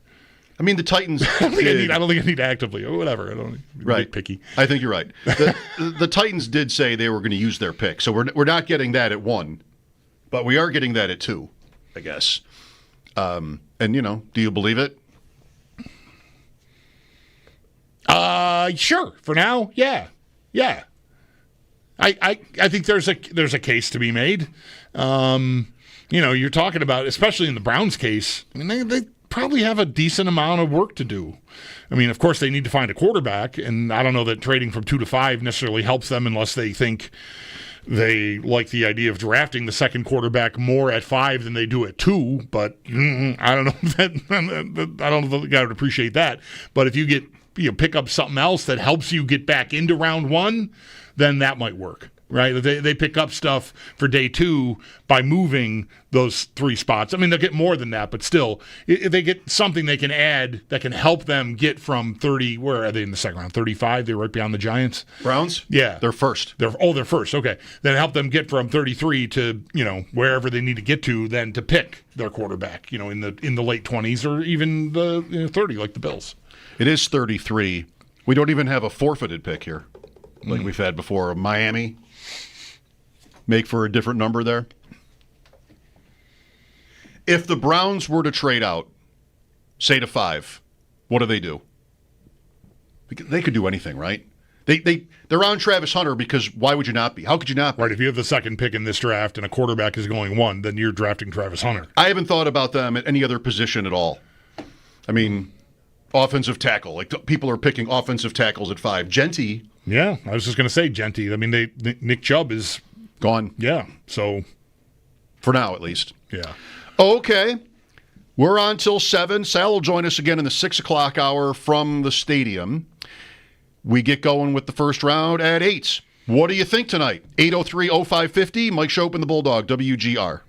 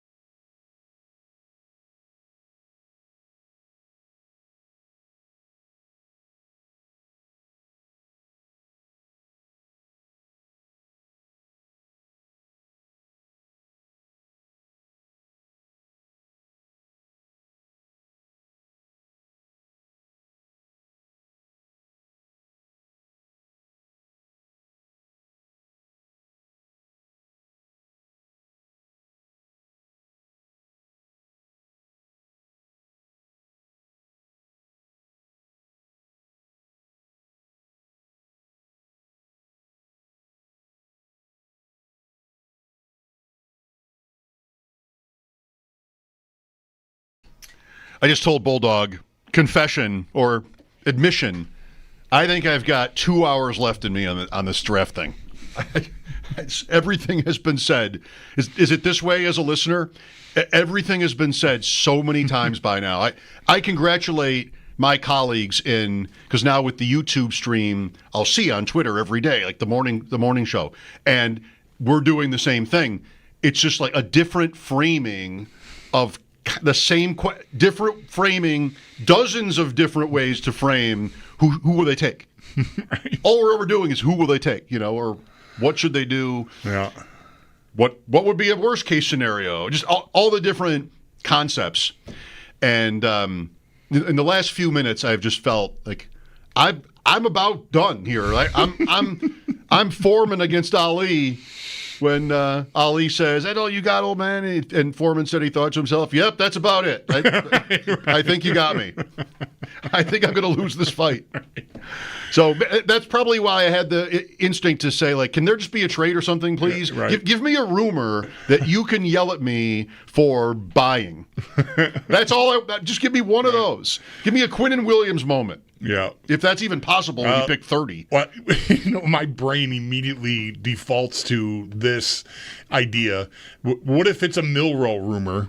And because I'll believe it. Because I want to believe it. Like, that's my dude, right? So we'd have to play some role reversal here. I don't know if you would need, like, a brain transplant to make that happen. But or maybe I would. But, like, anybody wants to put something out there, Diana Rossini or Schefter or whoever, like, we're actually hearing now that, the Raiders really love Jalen Milroe, and don't be surprised if he goes much earlier. Hook, line, sinker, the whole boat, the whole tackle box is in my mouth. I'm engorging that. If that happens, I'm paying you in 100 quarters. I'm not sending you a Venmo. I'm bringing in a roll of quarters to pay off that bet. What a win that would be. Yeah. I mean, that is coming from behind. Milroe in the top 16 is the bet. Right. And it has a little bit of steam. I mean, not 16 so much, but he does have a little bit of steam. There are more and more people who sound like they think he should be number 2. I'm at a point where I would honestly admit, not just this crush in our bet or whatever, where I think I'm going to be surprised if today comes and goes without him being picked. Like, I think there's enough juice there that somebody is going to do it. And I don't know, was it Trapasso yesterday we were talking with? Like, Brian Daboll, like, I could see him totally digging that as a Josh Allen idea. I've got my veterans. We're going to take our time, but and I know that, the Bills ended up playing Allen after halftime of the opener in his rookie year. Yes. And so the plan didn't exactly work, and it didn't harm Allen's development whatsoever. Maybe it even helped his development. It's easy to say that now. Anyway, but that's not going to be 16. But still, maybe the Giants creep in there at the bottom of the second round, and that's where they go. It's kind of wild, by the way, that Josh Allen and Lamar Jackson took their first NFL snaps in the same game as backups. The game was so out of hand. Neither guy started. I mean, Allen could have started week 1. Jackson would have been tougher with Flacco there, and he was pick 32. So neither guy gets the start, but they both get in the game and do a little bit as backups in their NFL debuts. There is a trade. It's sort of reminiscent of that Sabres-Senators trade where they each sent each other 5 minor leaguers. Oh, no. Houston has traded a 5th and a 2027 5th to Cleveland for 2 6s and a 7th this weekend. This show should be arrested for reporting that. I know. Well, we should go to radio. Don't shoot we should go to messenger. radio jail for reporting that. Ian Rappaport as a trade. You have your Rappaport issues. Yeah. In the tweet, it's just the word capital T, trade, exclamation point. I'm not sure this is an exclamation point trade. At least he didn't write blockbuster. Yeah. He didn't try that this time. That was the issue last time. Right. Who was the trade he was talking about when he called it a blockbuster? Oh, my gosh. One player for a pick? It was one player for a pick, and it just was not Now I don't remember, and I am not going to go through his Twitter feed to try to find it. Okay, maybe we'll think of it. Yeah. Somebody will know. Seeing pictures of the scene at Lambeau looks pretty great. The draft is not inside Lambeau Field. It's out in the parking lots. The stage is set up outside of the field. Looks pretty great. 803-0550. Let us know what you think will happen tonight, if you want. We'll be here either way. Mike Schopp and the Bulldog, Sal Capacio coming up in the 6 o'clock hour. We'll be back after sports here on WGR.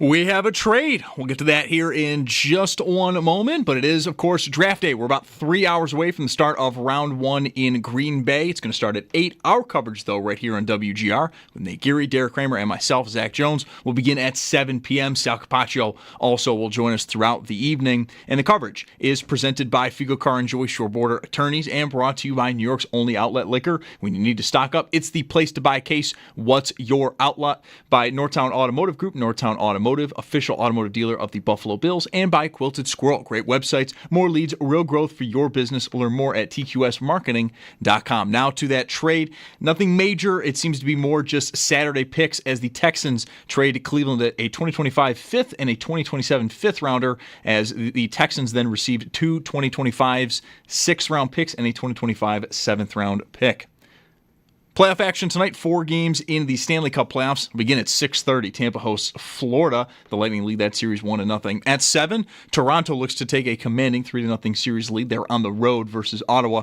At 9, Minnesota hosts Las Vegas. That series is tied at 1 apiece. Then at 9:30, Winnipeg up 2-0 in their series versus the Blues. While in the NBA, it's 3 games tonight. It'll start at 7. The Pistons host the Knicks. That series is tied up. 9:30, OKC is up 2-0 in their series with Memphis. They will be on the road, though, for Game 3. Then at 10, it's the Clippers hosting the Nuggets. That series is also all tied at 1. And in baseball, the Bisons host Rochester just after 6. That game will be on our sister station, the Bet 1520. It's your Paddock Chevrolet Sports Update. Paddock Chevrolet celebrating 90 years of being your hometown dealership. I'm Zach Jones for WGR Sports Radio 550.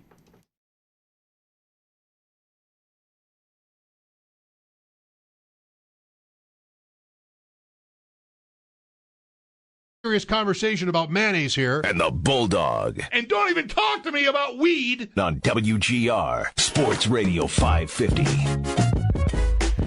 I mean, it's kind of lame and funny, this Texans-Browns pick trade. You know, what was this again? I already forgot it. A 5th and a 27 5th for 2 6s and a 7th. Everything but the one 2027 pick is in this draft, which starts tonight. However, I'll say this about it. The Browns had 10 picks, and the Texans had 7. And the net result, if that's not redundant, the result of this trade is Cleveland goes from 10 to 8, and Houston goes from 7 to 9. Both teams, how does this trade get made? Who even thinks of it? Both teams didn't think their number was optimal. So Cleveland says, I'll give you late ones for one better one and a pick in 2 years. And Houston says, okay, because we don't have the pick haul in the back half of the draft on Saturday. So that works. And nobody has any idea who the players are going to be. Right. But they took care of, the two teams they mutually took care of something about their draft capital that wasn't quite right for them. And I say all this because of the point that you've made a lot and people have heard a lot, that the Bills having 10 picks, the same number as Cleveland had until 20 minutes ago, is maybe more than they need. So the problem with the Bills picks, though, unlike the Browns, is the Bills picks are not as late. The Browns have a 7th here. The Bills don't have a 7th at all. And what do they have? 1 6th or 2? I have to reset my. I'm pretty sure they have more than 1 6 and maybe more than 1 4th. I think they have 3 5ths. Oh, let's just. Okay, I'm way off. 2 4ths, 3 5ths, 2 6ths. Okay, so multiple in all 3 of those rounds, but no 7s. Yeah, so if they wanted, it's not original anymore because the Browns just did it. But if they wanted to do the same thing with somebody, find a team that needs picks like the Vikings, and what would it be? You trade 2 of your, I'm going to say 5, so I don't have to say 5ths every single time. 2 5s and the late 6th for like a 4th and a 7th, something like that, or a future pick. You can do that. You don't even need any picks here. You can just take 2 of those and see if you can find somebody who will give you a pick in the future. Would that be good? I don't know. Is that good? If you don't like 10, then do something about it. Right.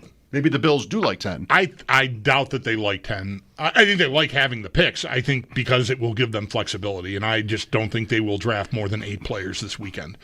Obviously, starting tonight.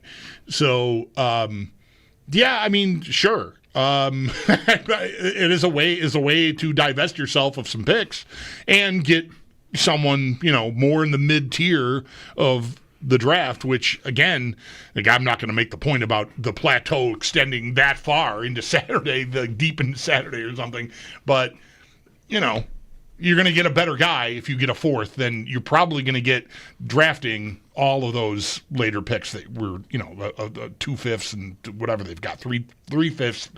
I can't say it either. Shocker. 3 5s. 3 5s. 5ths. 2 6s. Yeah, I always had trouble with my S's. I went to therapy when I was a kid. It's didn't really take. The S is the problem. It's not hard to say 5th round. No problem at all. 5th round, easy. 5ths. That's not as easy. I'll stop. Well, here we go. I mean, it's less than 3 hours away now. The Bills at pick 30. It's been the conversation every day for a long time. What is it? Cornerback, defensive line. Maybe there's a third position like wide receiver or even running back, dare I say it, that should be mentioned as a possibility. Linebacker, right? With safety. Could all those are all positions that have been used in mock drafts. And maybe I could find one where they picked a quarterback or a guard or something, but I have not seen it. Right. I have never seen an offensive lineman tied to the Bills. Now, I haven't read through any 7-round mocks. I mean, I just have not sat down and done that. Really? No. That's surprising. Just not going to do it. I want to stop short of saying I refuse to do it, but I haven't felt the need to do it, so I haven't done it. But yeah, linemen, I just don't see offensive linemen just at all. And it makes sense. I mean, that's not to say they won't grab one. If they end up drafting 8 players, maybe one of them is, a tackle or a guard or someone that they can stash away and develop. But they have already kind of a stable of those guys to begin with. And I say you wouldn't want to add to it. So I'm not saying they won't pick one, but with any kind of a premium pick, that would shock me. I want to say even more than a linebacker. Because they're kind of all set right now. If they trust that someone from the stable of backups could take over for a David Edwards if he ages out or gets hurt or whatever.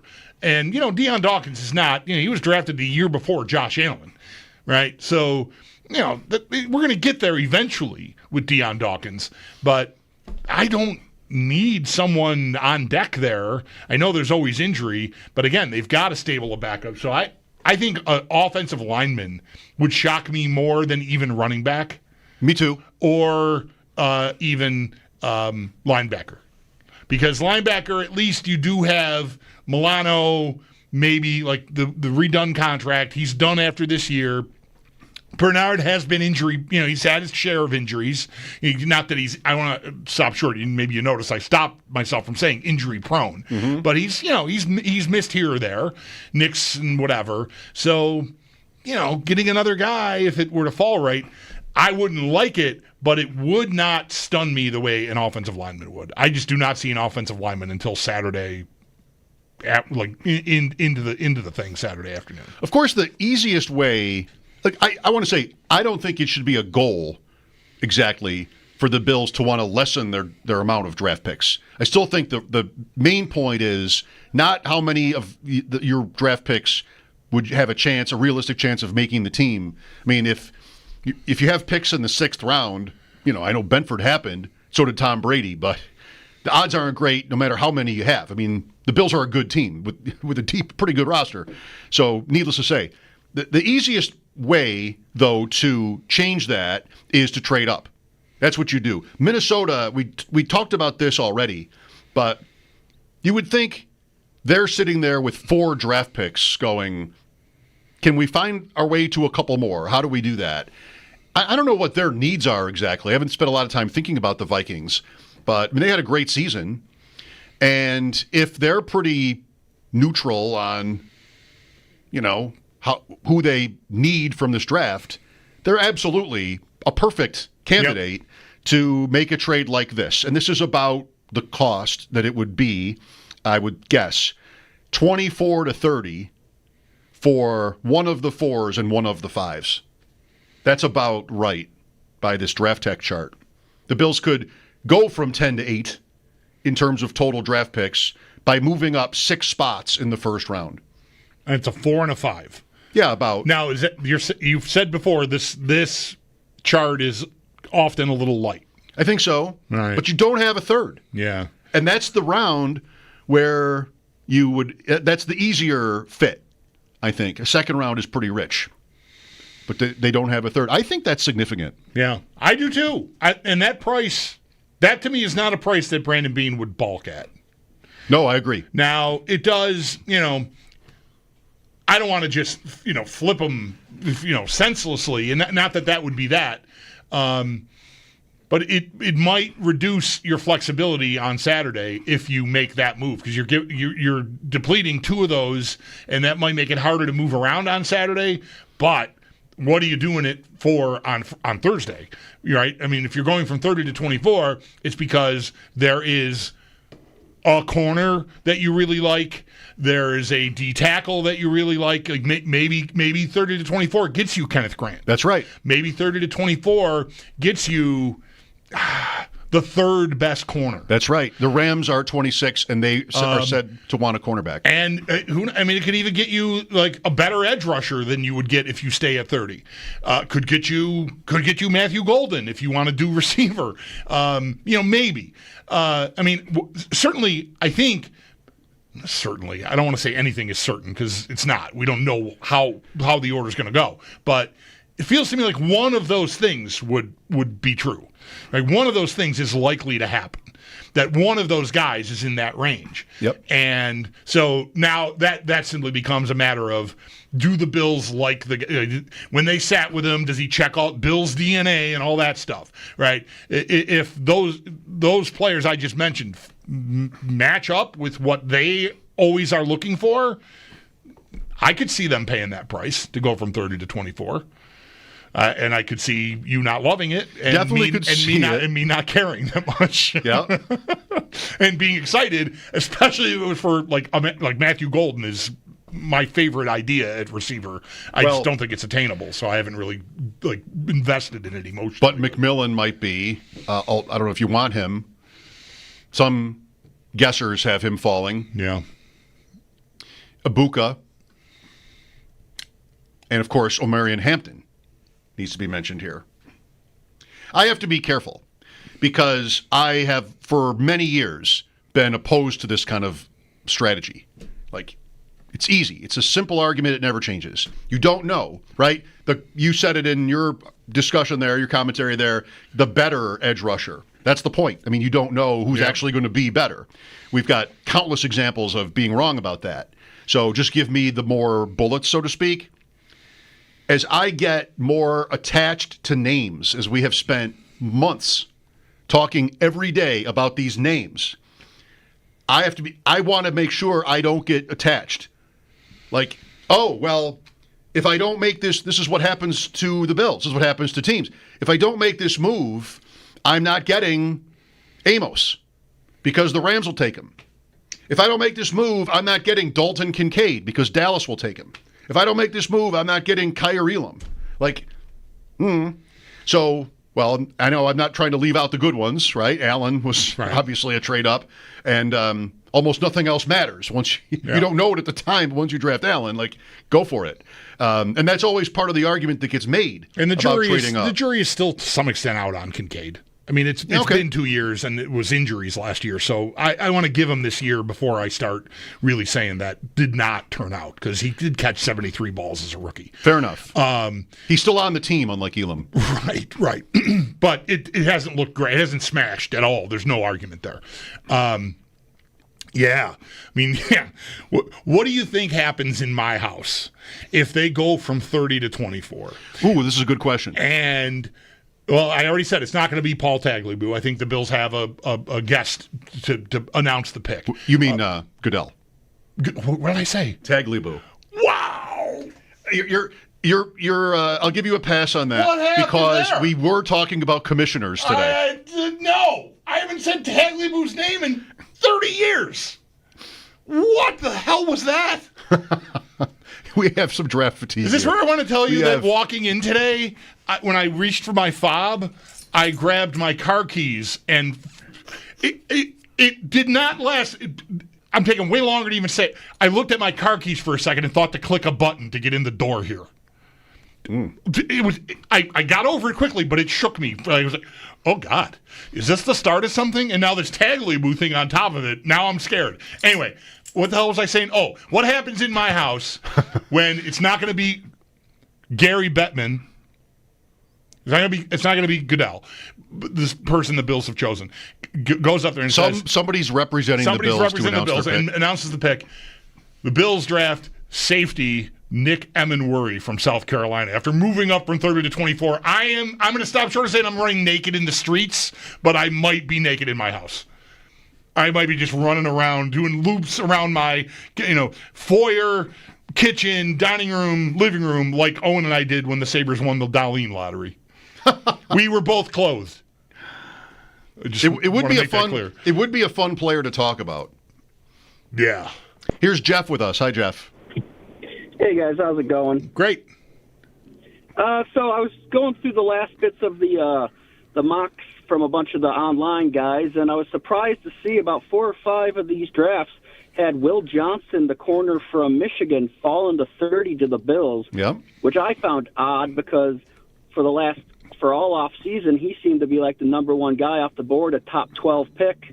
And then they had about 5 guys today have him be the 3rd guy off the board behind Hairston and Barron. And I'm just wondering, it seems weird on draft day that all of a sudden he's falling. It might be a function of teams leaking to reporters that they're worried about something. It's medical on him.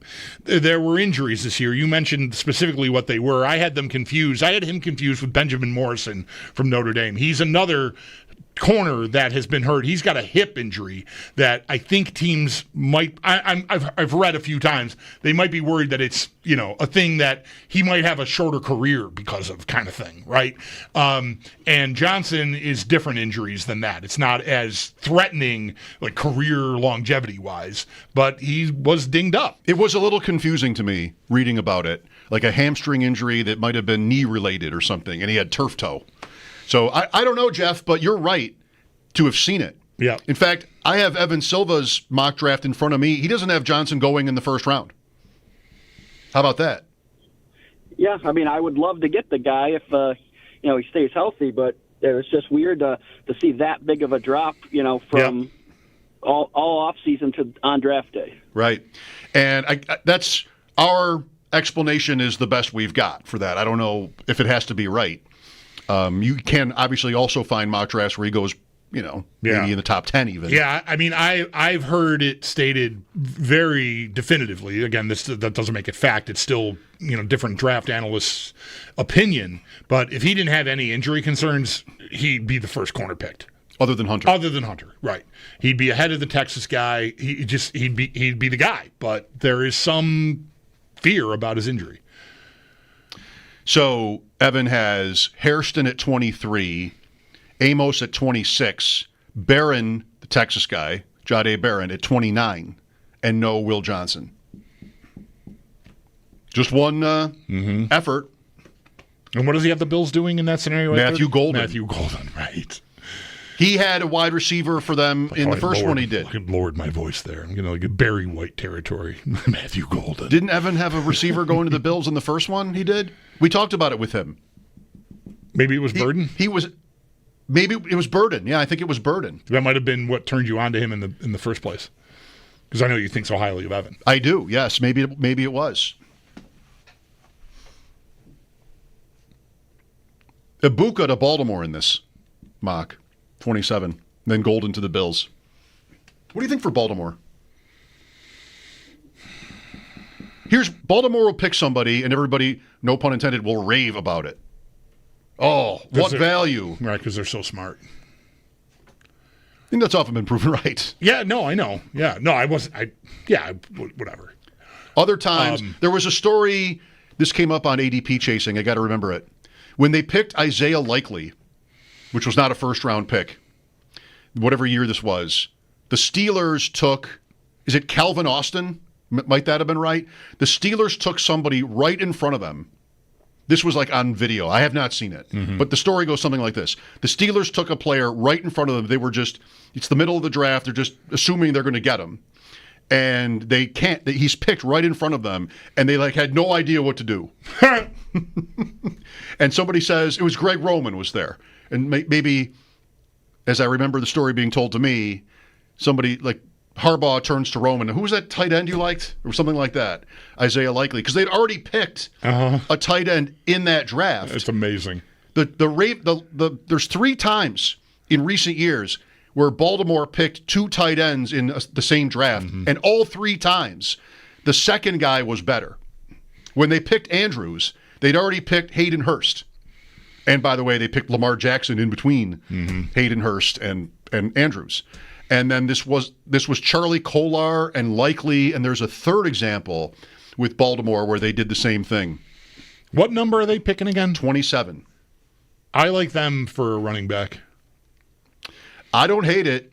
I mean, Derrick Henry is not going to live forever, and nothing, and that's it. So you're probably looking at another year, 2 at most, I think, of like optimal Derrick Henry. I don't know, maybe he's the freak show in a body that big that just is so durable that he lasts and lasts and lasts. I don't know, but I could see them doubling down on that position anyway. Not with draft picks, but you know what I'm saying. Like loading up is really a better way to phrase it. They have 11 picks, so I don't know. I could see them being drawn to that. A lot of teams where I think that argument is right. I think it should be day 2, though, because of the many options you have. I would predict it for day 2 for Baltimore. They just have their regular picks at that 27 slot for the first 4 rounds, and then they're a little bit all over the place when we get to Saturday. 803-0550, the draft starts tonight, round 1, 8 o'clock. Thanks for joining us today and all through this very lengthy pre-draft discussion that's been going on for months. We will continue it after the update here on WGR.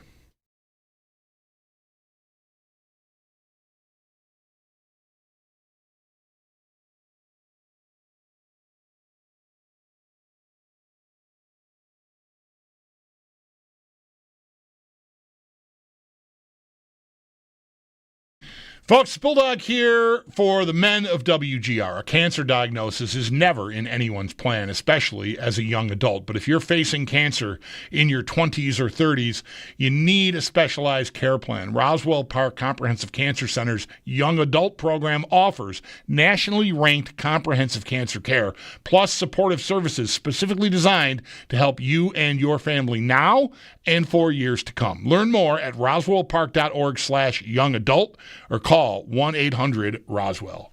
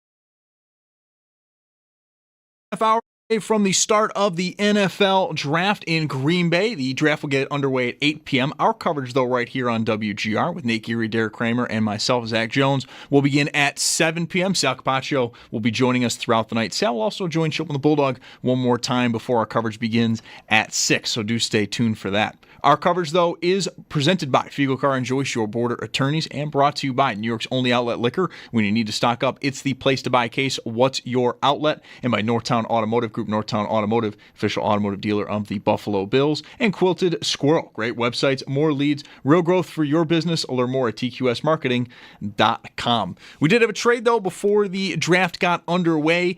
It's a trading of day 3 picks as the Browns acquire a 2025 and 27 fifth-round pick from the Texans for 3 2025 day 3 selections, 2 2025 6th, and a 2025 7th-round pick.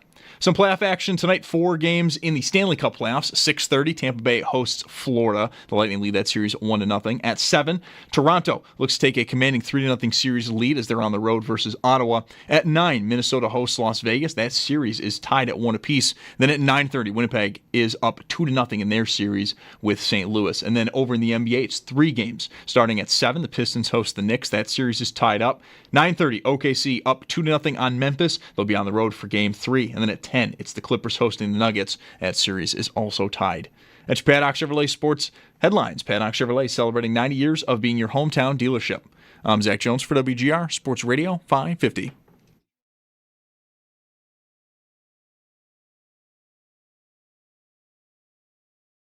I believe the better your offensive line is, you actually should consider spending more on a running back, which doesn't apply to any other position in the NFL, right? Because normally it's like, oh, wow, our pass rush stinks. Let's throw $35 million at an edge rusher or whatnot. When you have a good offensive line, what Saquon, what Derrick Henry, what Josh Jacobs showed, is a great running back can take your offense to outer space.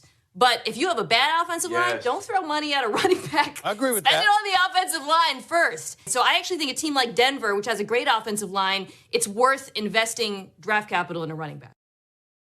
Mina Kimes. Good logic, as always, from her. Mike Schopp and the Bulldog here, 803-0550. New England is the team I think of on the flip side there, because there's been so much Ashton Genty talk.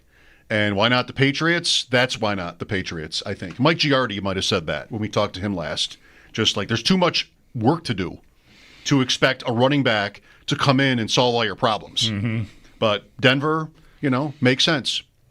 There's also, though, aren't we here saying I don't need to pay James Cook because my line's good and I'm going to plop Ray Davis in there, a 4th-round pick, and it's probably going to be fine. And if someone wants to pay James Cook, I'll take a 3rd-round pick and I'll draft his replacement and just keep going because my line is good. So that's like everything in football has, I think, a reasonably credible pushback. Mm-hmm. And there's an example because that point does make sense. Like I'm good up there, so this can make us elite at this. But I don't know. Like I've been saying all year here, I still think the Eagles win the Super Bowl if they're handing the ball to DeAndre Swift. Barkley is incredible. I recognize that. I know he looks like a better, more talented running back than almost any guy you could name, but I don't know that it moves the meter enough to make it worth the money they're paying. I've always agreed with the logic there, too. I would say maybe the counterpoint there is that the Eagles were too good for it to matter. Like, I almost want to disqualify the Eagles. Or even the Ravens. The Ravens were almost the same thing. Just disqualify the elite teams from that. Denver's more in the middle. And I could see, like, if they hit a home run at running back, maybe that is worth doing. That's the question, right? Is it worth doing at 1? And I'm also thinking about, well, every year is different. All the running backs here that people like, where are the tier breaks? If you love Hampton, if you think, or Denver, I think, is supposed to like Henderson more than Hampton. I don't know. But if you like one of those two guys as a cut above, and you don't want to have to draft Dylan Sampson on Saturday instead, then you can get your other things or Friday instead. You can get your other things then, right? Who was it that said there are lots of picks For all the pressure that you feel on the first round, you can fill your holes and do fairly well later, hopefully. Nick Farabaugh, Steelers reporter, mentions the Bills as a team to, quote, keep an eye on if Pittsburgh were to trade down, and he thinks they want to, or are open to it at least.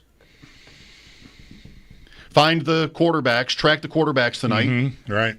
The betting favorite today, I don't know right now, but has been Shadur Sanders to go to the Steelers. I know the price always has to go up if I'm moving from 30 to 21 instead of 30 to 24. How much more does that go up? Because I found the price from 30 to 24 somewhat palatable. I was like, all right, I would do that. I could do that. By my chart, 30 to 21 is 180 points. And I've got the Ravens up here. That's your third round again. Yeah, all right. You can't trade Saturday. You're talking next year. Unless you're trading one of your seconds and getting something late back.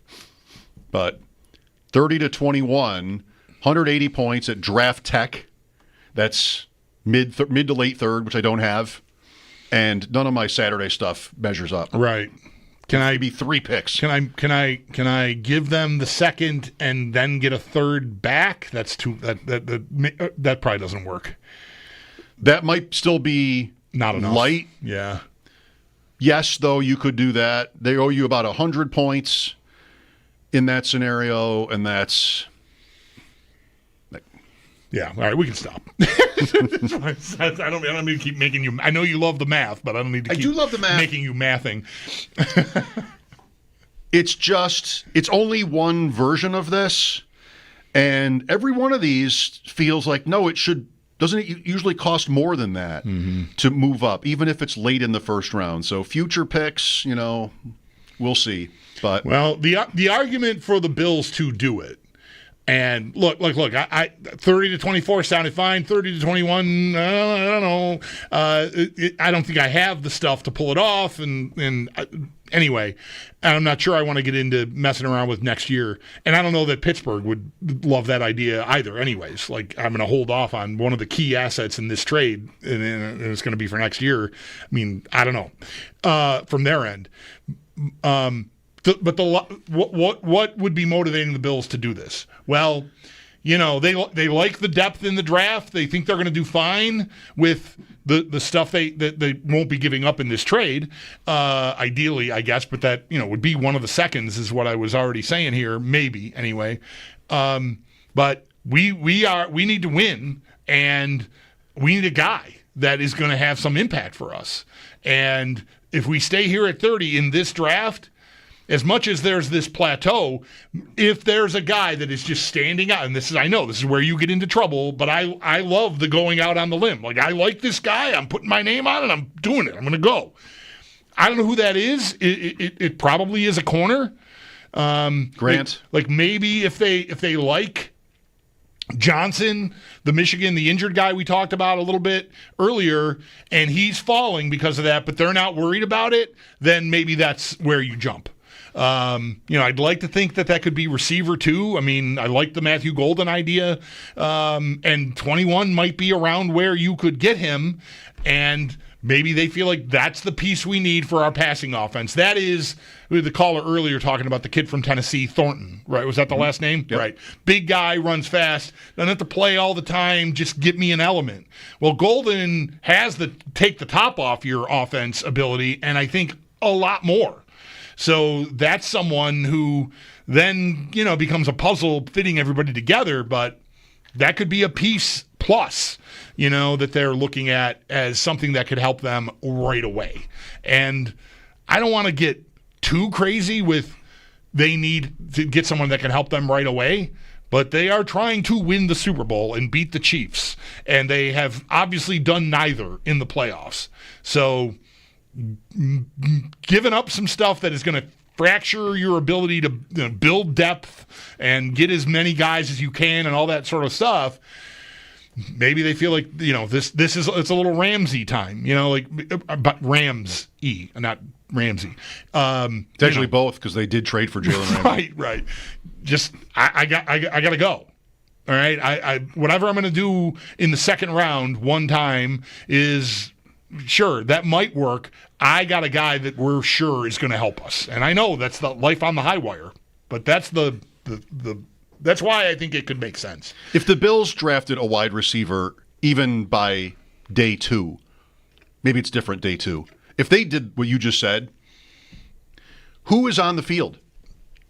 Like, who's on the field to start the season? Or who's not? Right? Who's not on the field to start the season? 2 of your guys are not on the field. It's one already, but 2 of them are not on the field. All right, I'll just say right now, I'm not comfortable counting on Curtis Samuel. Oh, okay. Well, me neither. But how am I lining up? Kincaid is on the field, so is Knox, right? Shakir is on the field. Well, you're slanting it. They're not going to play 2 tight ends all the time. Not all the time. But what's their base look?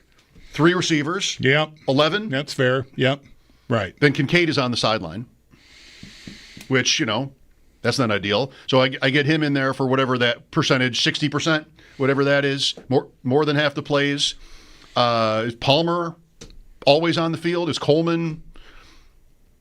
I think Golden becomes, it's not a stylistic fit because I keep hearing him described, he's not an X, he's more of a Z. So the different usage, different styles, and so to say like one or the other isn't exactly a scheme fit. But I think I would figure it out.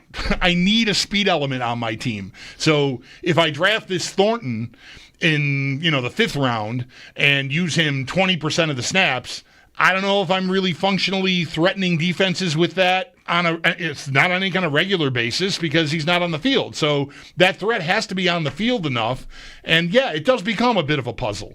But I have no problem, not to say I'm like Samuel's going to get hurt again, but his career is marked by him not being 100% all the time. I know. I'm not even thinking of him. I'm not even counting on him at all. What's he making, though? He's making 6 or 8 million? Yep. What is Shakir making now? 15? Yeah, Shakir is never coming off the field. What is on my team. Palmer getting? What do they pay him? A lot. I'm just playing a little bit playing devil's advocate here. I know. With the wide receiver conversation that we have constantly, it's more just, their offense was great anyway. So, yes, they lost Mac Hollins, but, right? There's still an argument for doing it. I think it would be super hot. It would be hot, but it's just not good asset allocation, because I've got 3 investments, not even including Kincaid, who's more a receiver than a tight end, right? Not even including him. I've got 3 investments already. Now it's 4 that are pretty massive. And that's not including Coleman. That's a massive investment in its own way. I don't think Palmer or Samuel will get anywhere near massive. I don't want to count Samuel. Together, they're massive. I'm using Samuel is not on the field. Okay. All I'm using Samuel for is to point out that they've spent real money on him, and at some point they need to get something from somebody. Maybe that's this option. Yeah, I mean, I want to be the best I can be, and I don't like what they are in receiver. You liked it less than even me, but yeah, there is a good point to be made here about who gets displaced, and I don't know, the worst guy, right? That's it. I don't care. The worst guy gets displaced. I'll cut Curtis Samuel. Whatever. I'm going to do whatever I need to do. And find my way. And I know I keep saying him, and you're not even including him, and you're thinking about who. But the money, like that, fine. I don't know that there's guarantees there. I thought they could have got out from under that if they wanted to. They didn't, but I think maybe they still could. So I want to get hung up on that. I want to build the best team I can build. So I don't know. Matthew Golden is pretty dreamy to me. So you trade up tonight, Minnesota or Pittsburgh. It's a sizable enough move. Kenneth Grant, which I would not be crazy about, or your favorite of those corners, and that discussion would be the Grant one would be the value of the position he plays, rotational. That point. Mm-hmm. The corner point would be like it's the Elam conversation. It's like, did you have to have this one? What gives you the right to think you know which one? I know that's the job. You do the best you can at that, but there's a specific bet a team makes when trading up like that. That they are telling you, no, we have this much confidence that this is the guy we needed, and, good luck with that. Yeah. 803-0550, Mike Schopp and the Bulldog. The draft starts tonight, round 1 at 8. This is WGR.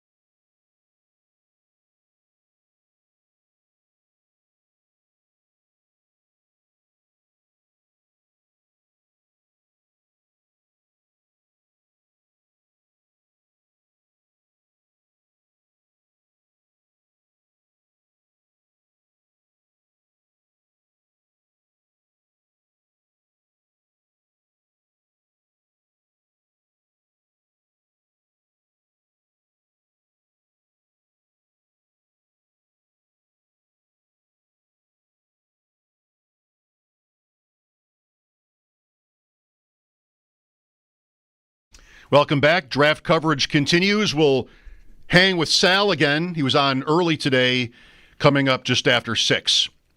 Ken is next. Hi, Ken. Hey, guys. So I was listening to last year. Let's just start there. I'm looking at the TV, just like we all were. We end up in the second round.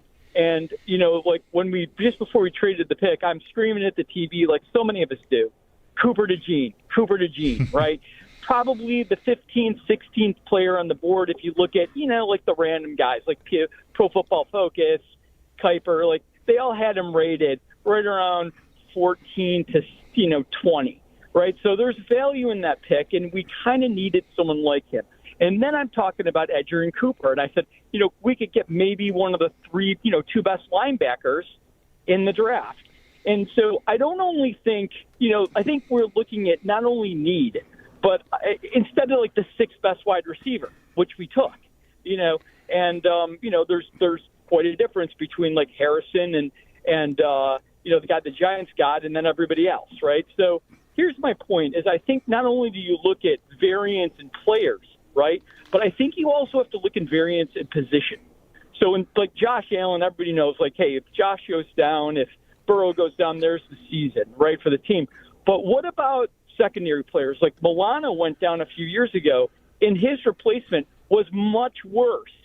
We would have probably been better off to have a better player at linebacker to replace him than the guy we have. So I think not only do we have to look at, we look at the 2 guys in D-line, right, Oliver and was it Daquan Jones? Mm-hmm. And then Carter seems to be a decent guy.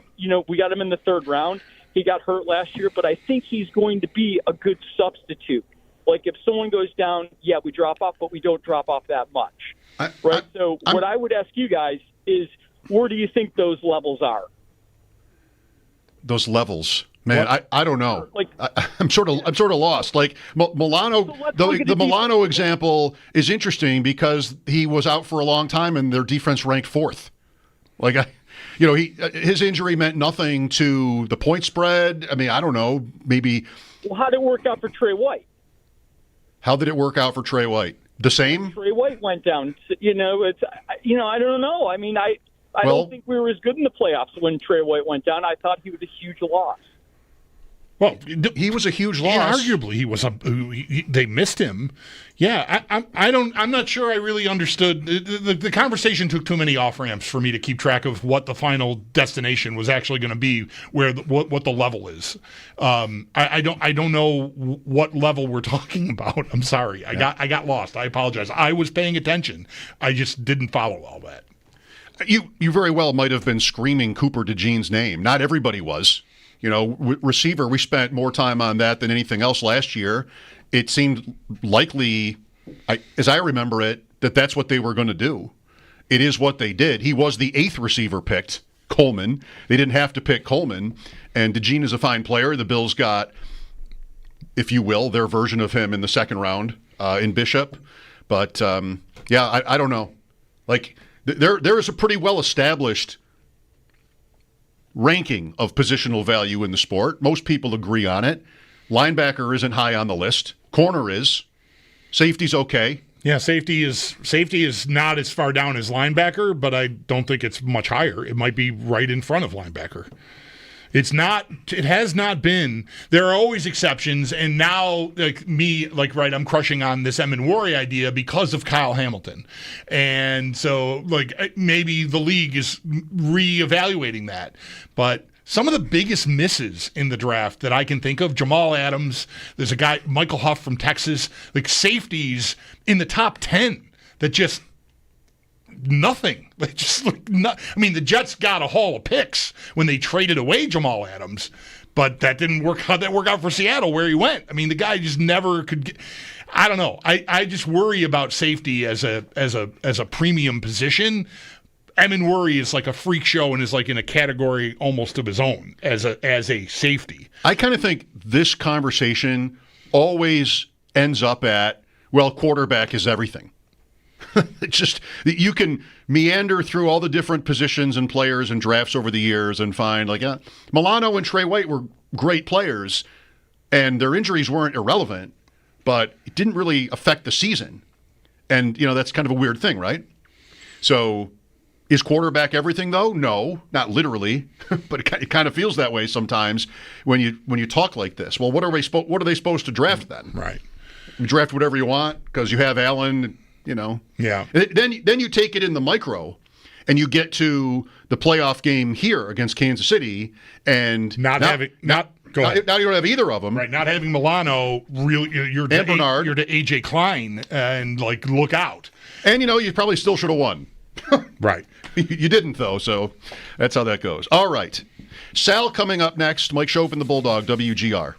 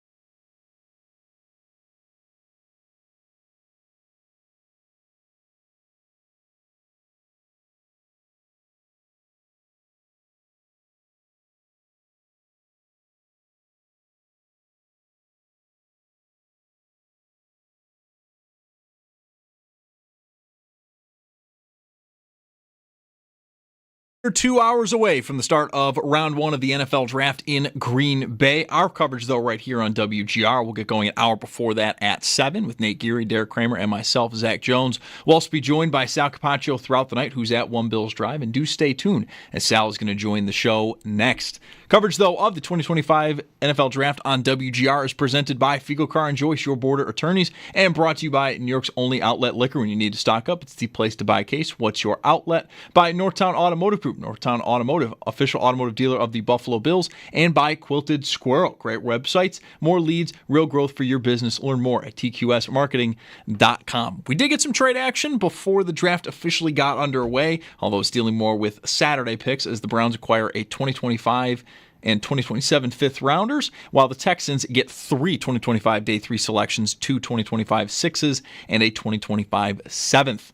In the playoffs, 4 games for the NHL tonight. 6:30, Tampa hosts Florida. The Panthers lead that series 1-0. At 7, Toronto looks to take a commanding 3-0 series lead on the road versus Ottawa. At 9, Minnesota hosts Las Vegas. That series is tied at 1 apiece. Then at 9:30, Winnipeg. They are currently up 2-0 in their series with the Blues. While over in the NBA, it's 3 games. Starting at 7, the Pistons host the Knicks. That series is all tied up. 9:30, OKC up 2-0 on Memphis. They'll be on the road for Game 3. Then at 10, it's the Clippers hosting the Nuggets, with that series also tied. And then in baseball, the Bisons host Rochester. That game is getting underway here any moment, and it'll be over on our sister station, the Bet 1520. That's your Paddock Chevrolet Sports Update. Paddock Chevrolet celebrating 90 years of being your hometown dealership. I'm Zach Jones for WGR Sports Radio 550.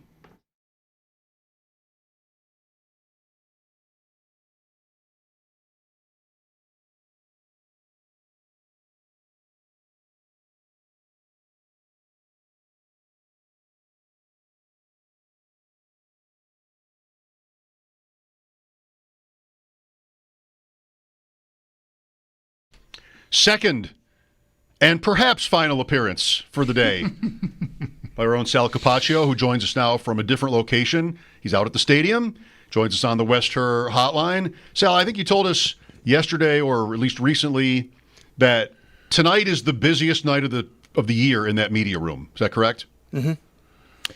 Yes, it is. It's already pretty filled up because here's why. You have all of the TV stations, local TV stations, who go live at 6 and what if they do another show at 7 or whatever, and then later on at 11, and then again when the Bills pick. So everybody gets down here a little bit early, the TV equipment's set up. And then, of course, you have the beat writers and reporters who fill up like normal. Sometimes you'll get a national person here. Not today. I don't see anybody here tonight. Nationally, if the Bills are picking higher, that could definitely happen and has in the past.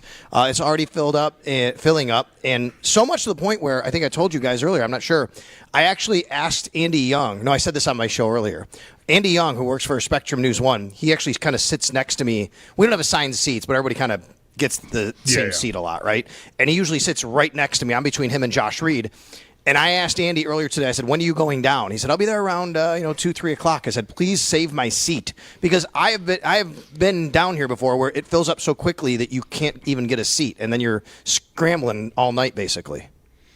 All right. Well, we're that close to this thing. Is anything new? Yes. Is anything new since 3 o'clock? There's one thing that might be. There's a Todd McShay comment? I tweeted a little bit ago that he's hearing about a couple of different trade ideas, and I already forgot what the first one was, but the second one is more pertinent to us because we've talked about a team like the Giants moving up late in the first round to get a quarterback, and he says they're actively trying to make that happen.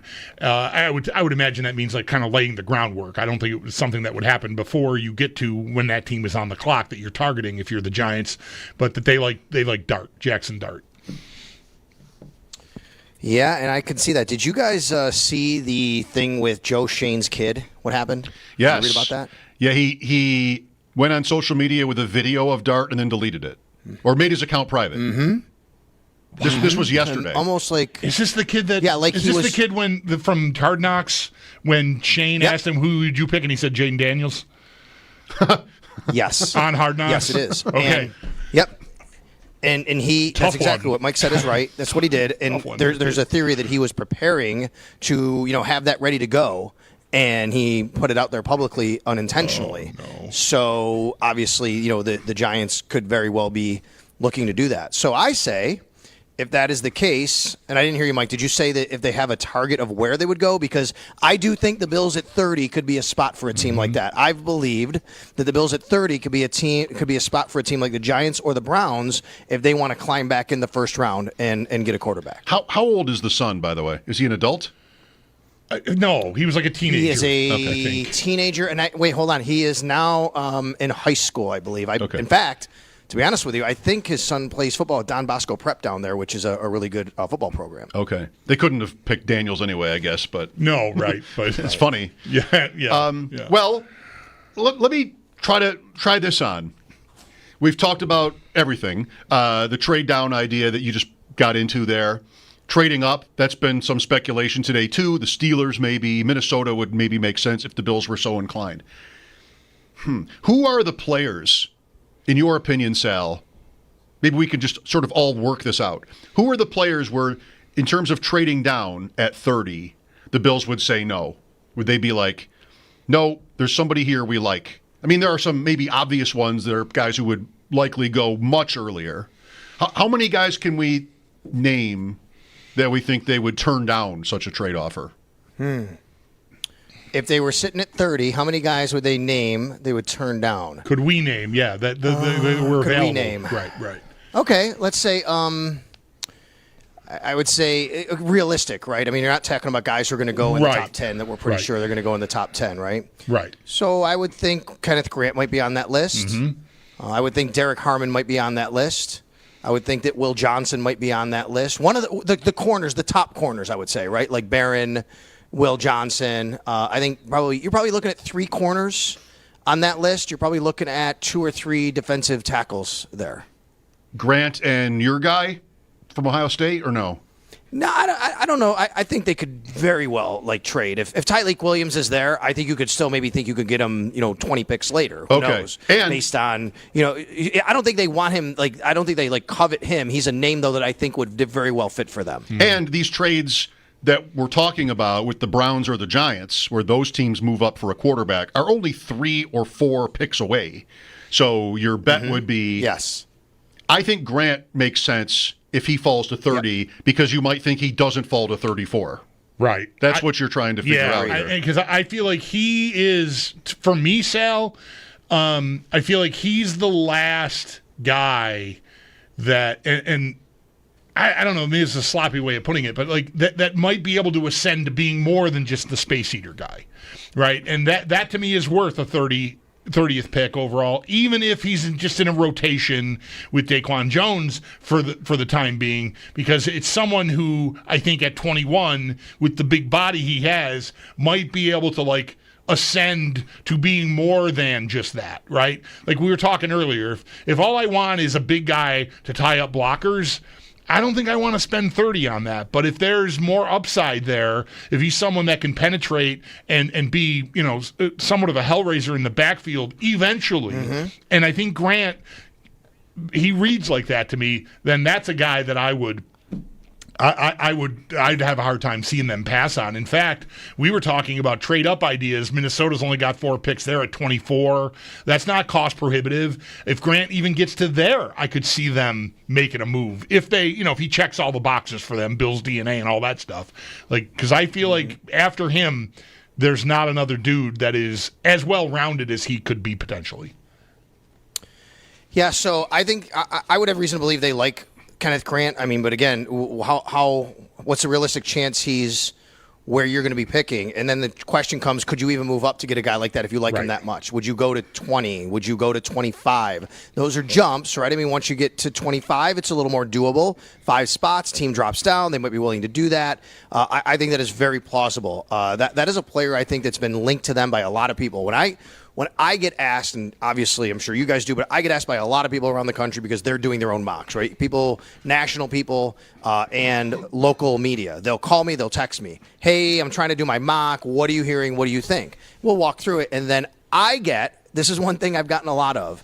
well, I've heard the Bills are linked to Kenneth Grant. Like, I've heard that a lot from those people, right? I'm not telling you I've heard it. I'm saying that people have told me they've heard it, and I don't know if that's just them reading things or if they're doing their work on it and getting that information somehow. So that's how I kind of sort through all of this and figure that out. Now, that being said, I still think that there's a spot here we haven't talked a lot about that's possible, and that's edge, right? If there's a guy there that fits the edge and it's a player that they like, I don't think that they would shy away from it.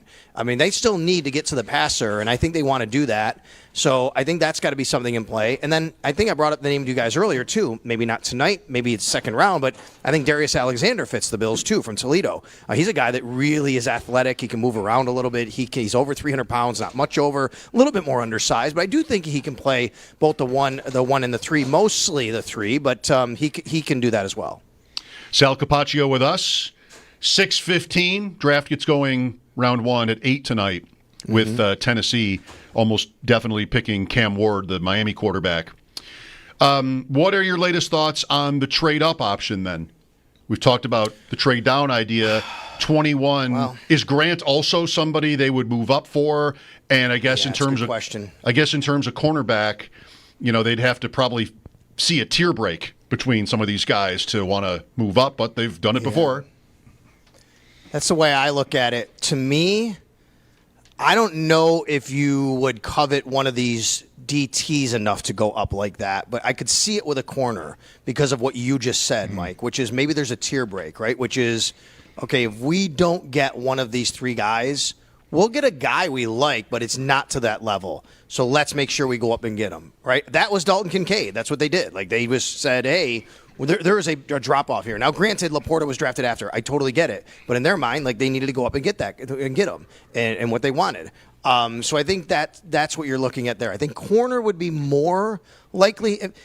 If we're sitting here and it's 25-26, and all of a sudden the Bills pop up on the screen and they've traded up, my mind is going to go more to corner than DT. I'm not saying they couldn't do it for a defensive tackle. My mind's going to go to corner or edge. I think those are more the types of positions you do that for, if that makes sense. Yeah, no, I definitely hear you. And it really depends to me, like I already said about Grant. Like, if I'm right or all the analysis that I've read and seen on him is right. Like, if they view him as comparable to a lot of other guys and don't think he can take that step, then, yeah, I wouldn't want to make the move. And I would agree. I think corner, like we've said all along, and this is very reminiscent of 22, is still the spot, right, where you're looking at and going, okay, I know they just signed Trey White and they signed Dane Jackson, but, like, really, who's my starter opposite Christian Benford? I think in an ideal scenario, you're hoping it's neither one of the guys I just mentioned. Nothing against either guy, but I think you want to get better than that there. And at D-tackle, at least you still have Daquan Jones. Like, you're going to need to backfill there. But I've heard Sneaky Joe make this point a lot. I think he made it last Thursday, maybe around this time. The way they've treated the defensive tackle position beyond Daquan Jones is journeyman fill-ins, basically, right? That's Jordan Phillips and Austin Johnson and Quentin Jefferson, guys like that are just sort of filling in. And so maybe them drafting a guy to play that role high would be quite a departure for them. So if their previous history tells you anything, maybe that's not a trade-up position that they'd be interested in, and maybe just let whoever that guy's going to be come to them on Friday or Saturday. I like that thought process. I agree with that, because I'm the one who says, look how they've done. 8 years you have a body of work here with these guys. 7 drafts between Brandon Beane and Sean McDermott. That's what the Malachi Starks thing before, the safety. It's right. You know how they operate, right? Wide receiver. We know kind of how they think about a lot of these things, and I agree with that. Defensive tackle is important. It's not a premium NFL position by most accounts, right? Unless you get a superstar stud, you can do that, but corner is, and edge rusher is.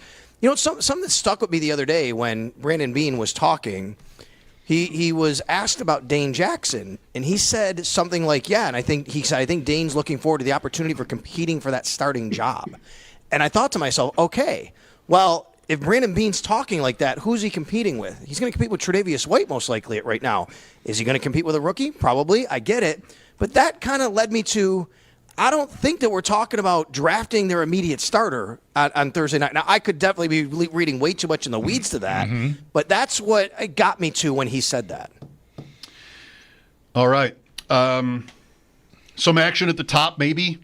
We might have talked about this earlier, but Jacksonville seems like it's kind of fooling around. Yeah, the other piece of the McShay report that had the Giants interested in Dart and looking to move into the back end of first round was that the Bears are very active trying to move up. He thinks for Genty, or what he's hearing is for Genty. Wow.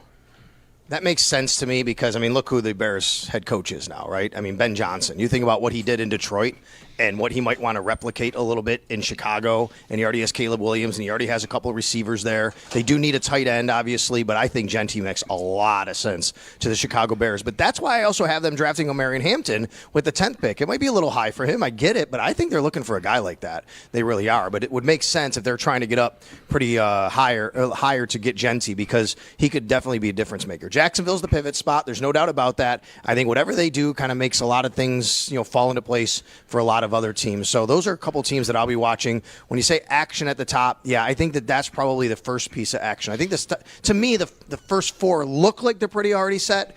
That is going to be Cam Ward, Travis Hunter, Abdul Carter, and I think now we're to the point of Will Johnson, right? Will Campbell. Will Campbell. Sorry, I'm getting him confused with the other tackle, but Will Campbell to the Patriots. I think it's always been that way, but I think even more so over the last 12 hours or so, you hear about reports of them really doing a lot of work on him and meeting with him and things like that. Yeah, the odds have been decidedly that way as we get close to the start of the draft. The Bears have that Carolina second that could price them in on a trade like that from 10 to 5.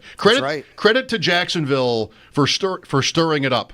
You never know, but more and more mock drafts were putting the Raiders on offensive line and not on Genty.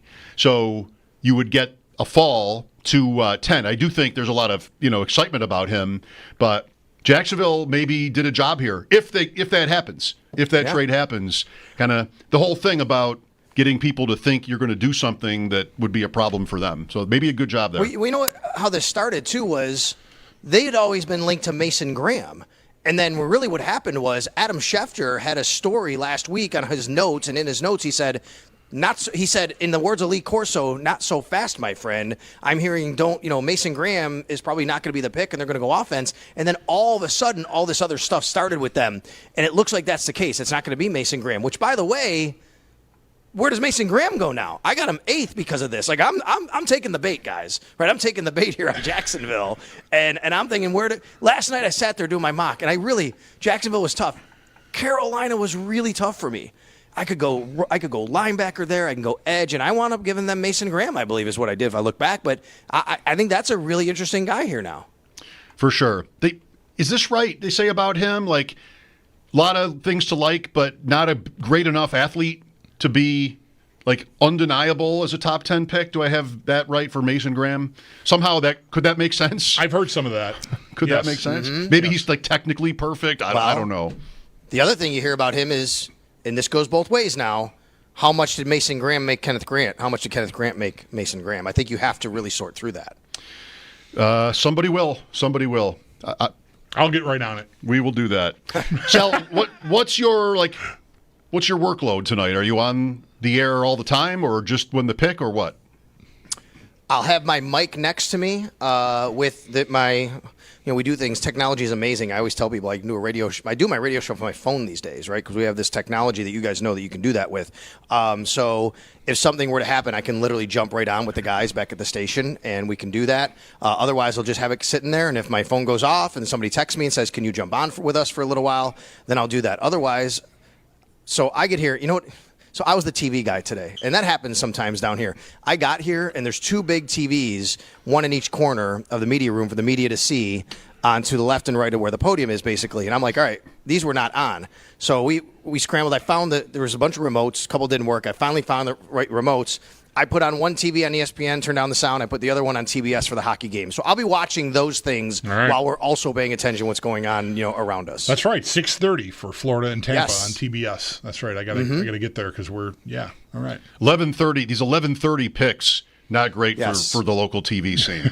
Like, that's just right at the worst time where you don't know exactly what to do. The news is ending, and that's kind of what's happened, right? When the Bills have picked the last few years toward the end, it looks like it's usually after 11 o'clock. And it's a scramble drill. It's a scramble drill. Like, you guys know how, like, when you go to training camp and the Bills, they go, all right, we're going to go through, like, end-of-game situation. Everybody's got to run on the field for a final field goal. That's what happens when the Bills pick here. Like, as soon as the Bills pick, it is like everybody starts running to their spots to do their TV hits and radio hits, and it's insanity down here. Look forward to it. Well, enjoy it, Sal. Yep. Thanks, Sal. All right, guys. All right. You got it. They will feed you well, I'm sure of that, so you don't have to worry about that. That's Sal Capacio for a second time today on our West Her Hotline live from the stadium as we get you ready for round one of the draft. Sal's appearance brought to you by New York's only outlet liquor. When you need to stock up, it's the place to buy a case. What's your outlet? I see Milroe to go in round one, plus 270. Not terrible. No. Davis Maddock has talked himself into Milroe.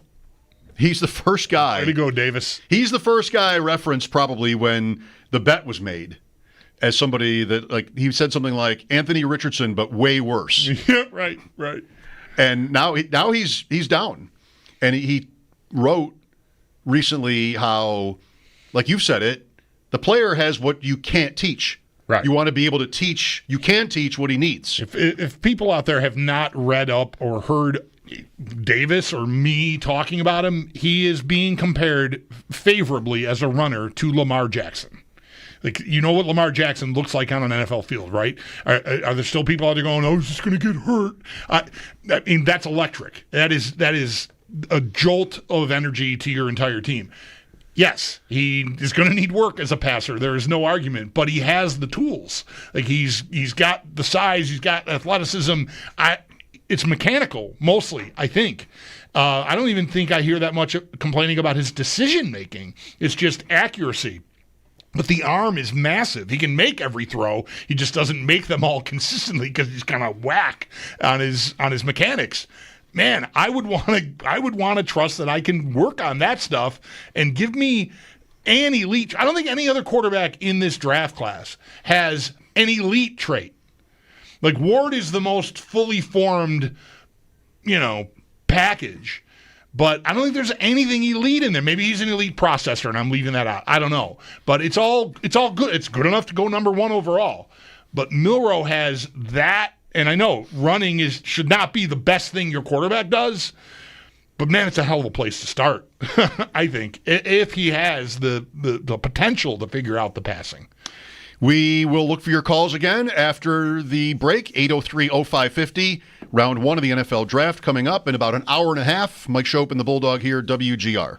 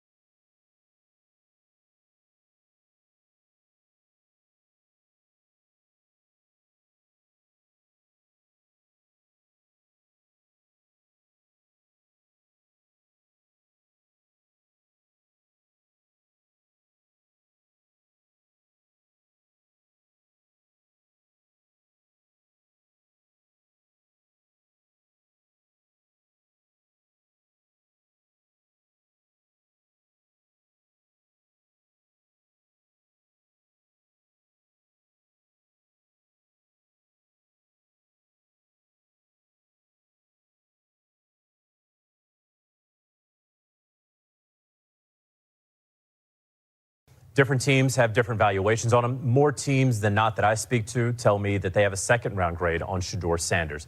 Why? Well, he has an average, relatively, arm.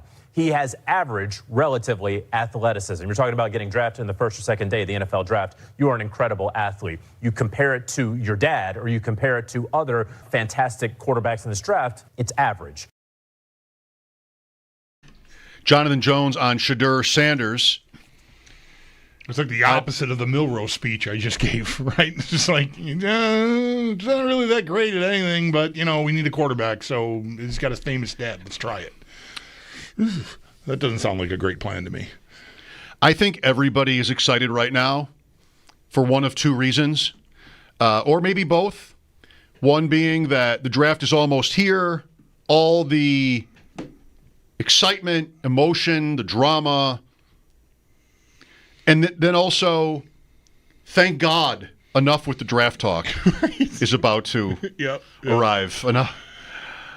That's all right. The Bills trade tomorrow. The Bills trade out of 30, then we're going to have to do all this again tomorrow, which will be super fun. We still will. I mean, right? We will. I don't think we're going to the the Leaf series. No, probably not tomorrow. No. Thanks for this tweet earlier. We are all cooked on the draft, but you guys have made it fun, so appreciate that. Yeah, definitely appreciate that. What's left? Well, I made a list quickly during I love a list during the break. I don't know, how many names have I got here? 1, 2, 3, 4, 5. 1, 2, 3, 4, 5, 6.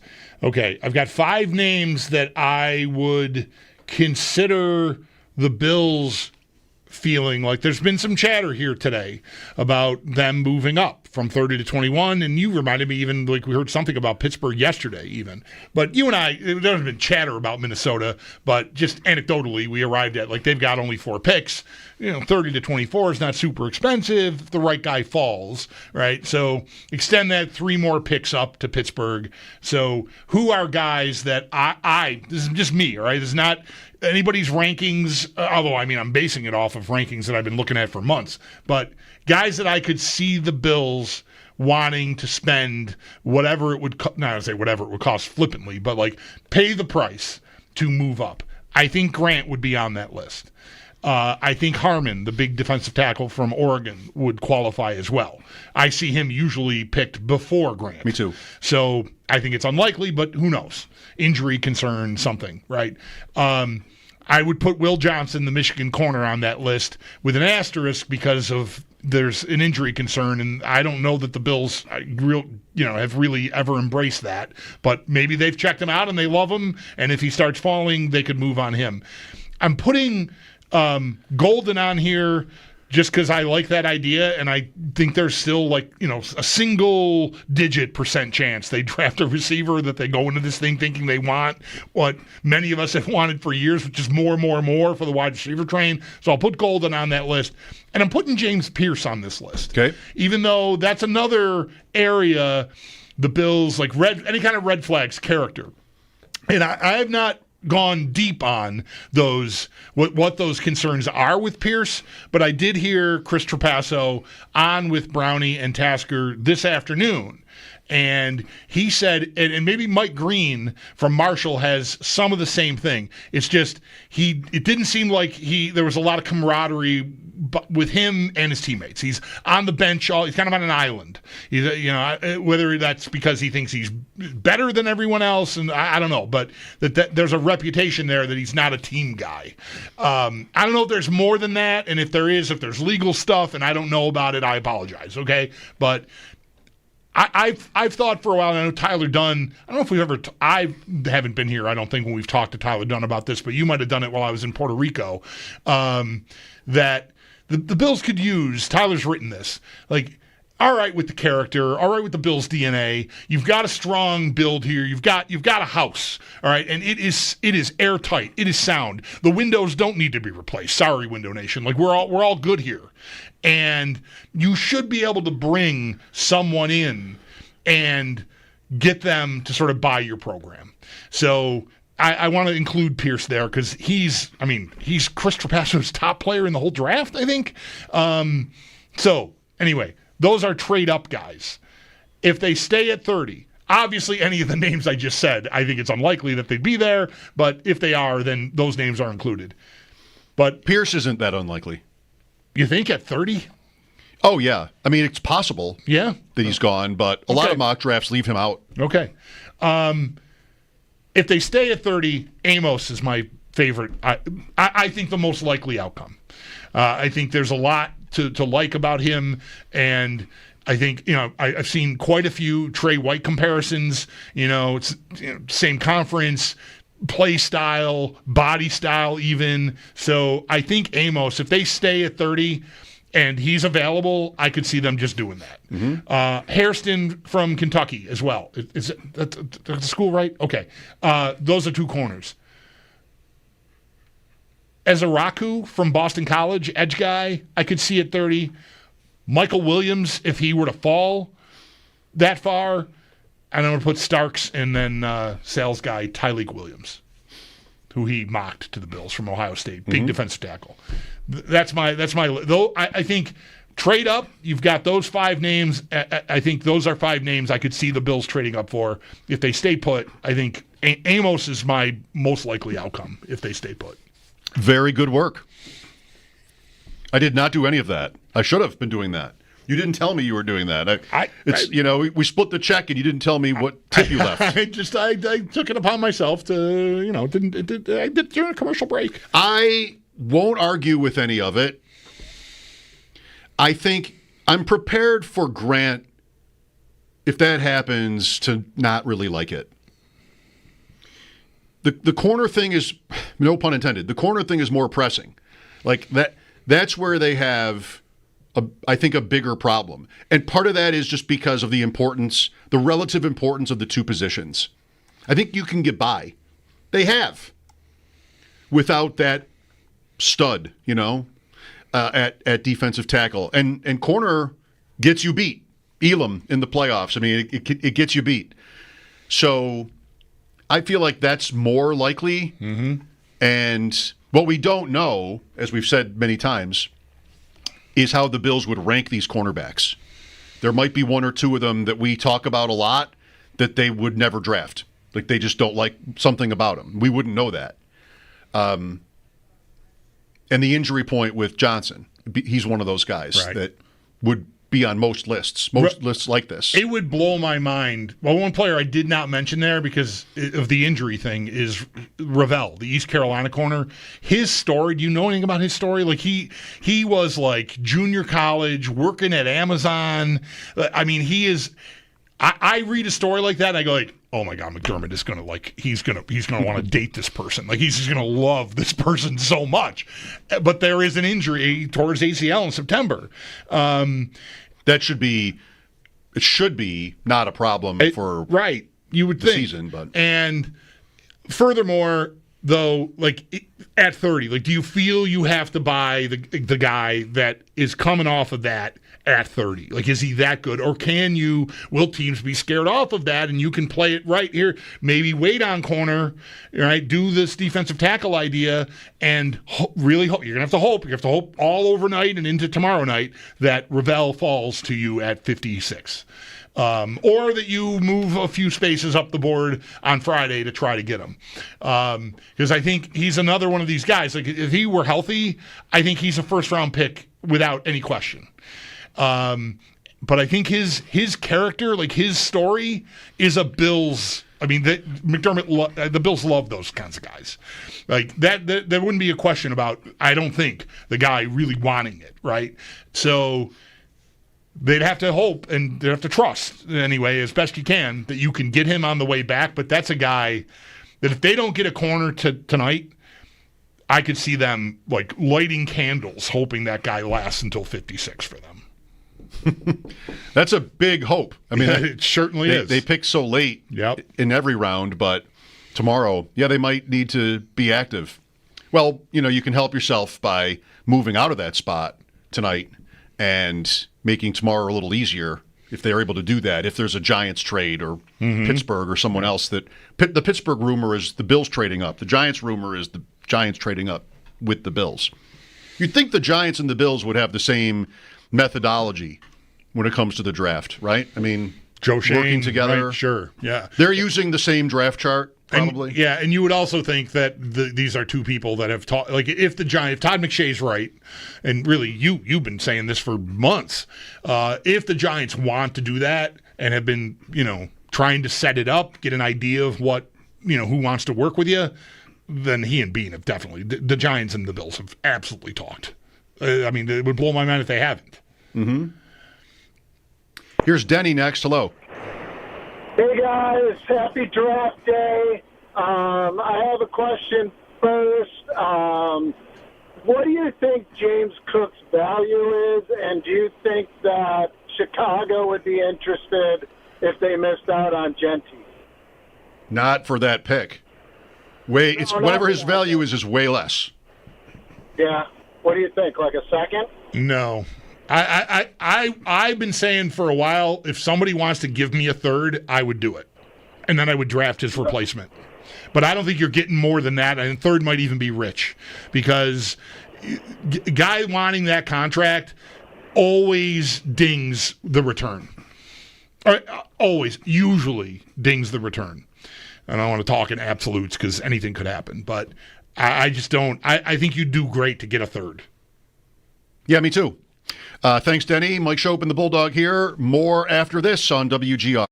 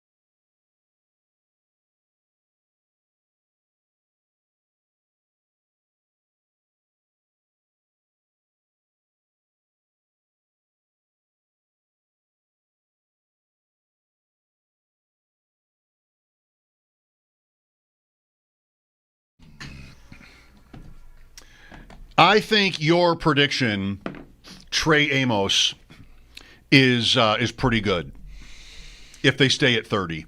The value's good enough in terms of what I think the consensus is for all these guys. The value's good enough. The need is there. We'll see if he's good. I think, that works. It's not over picking like it, he's around there,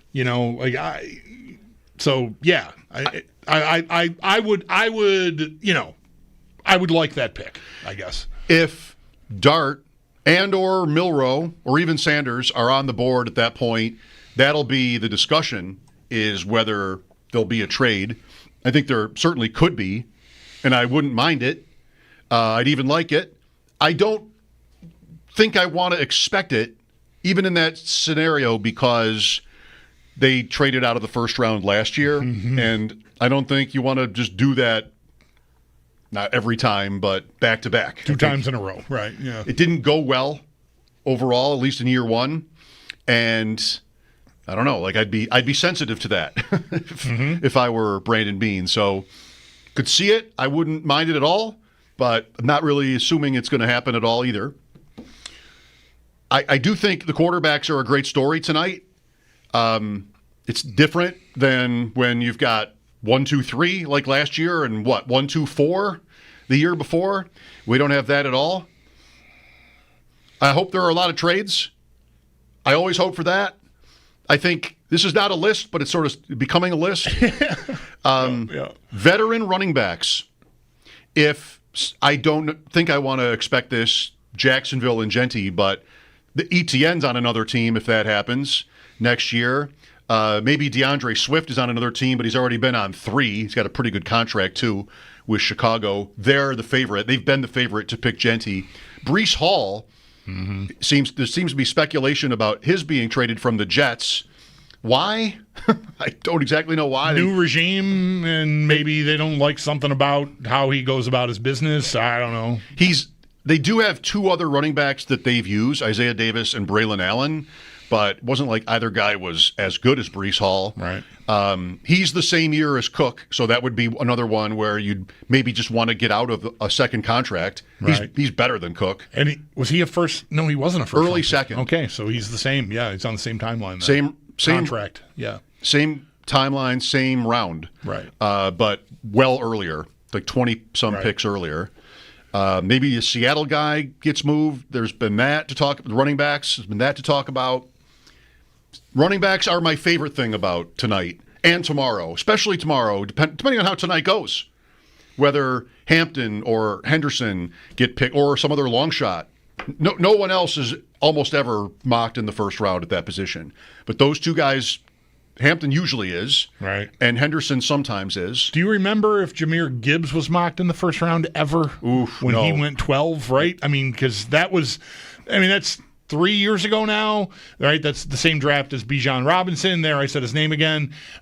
Gibbs came out of nowhere. Like I don't know if is there a running back that could do that this year. I mean, I don't know. Probably not if you've already got 2 or 3 that could go to begin with.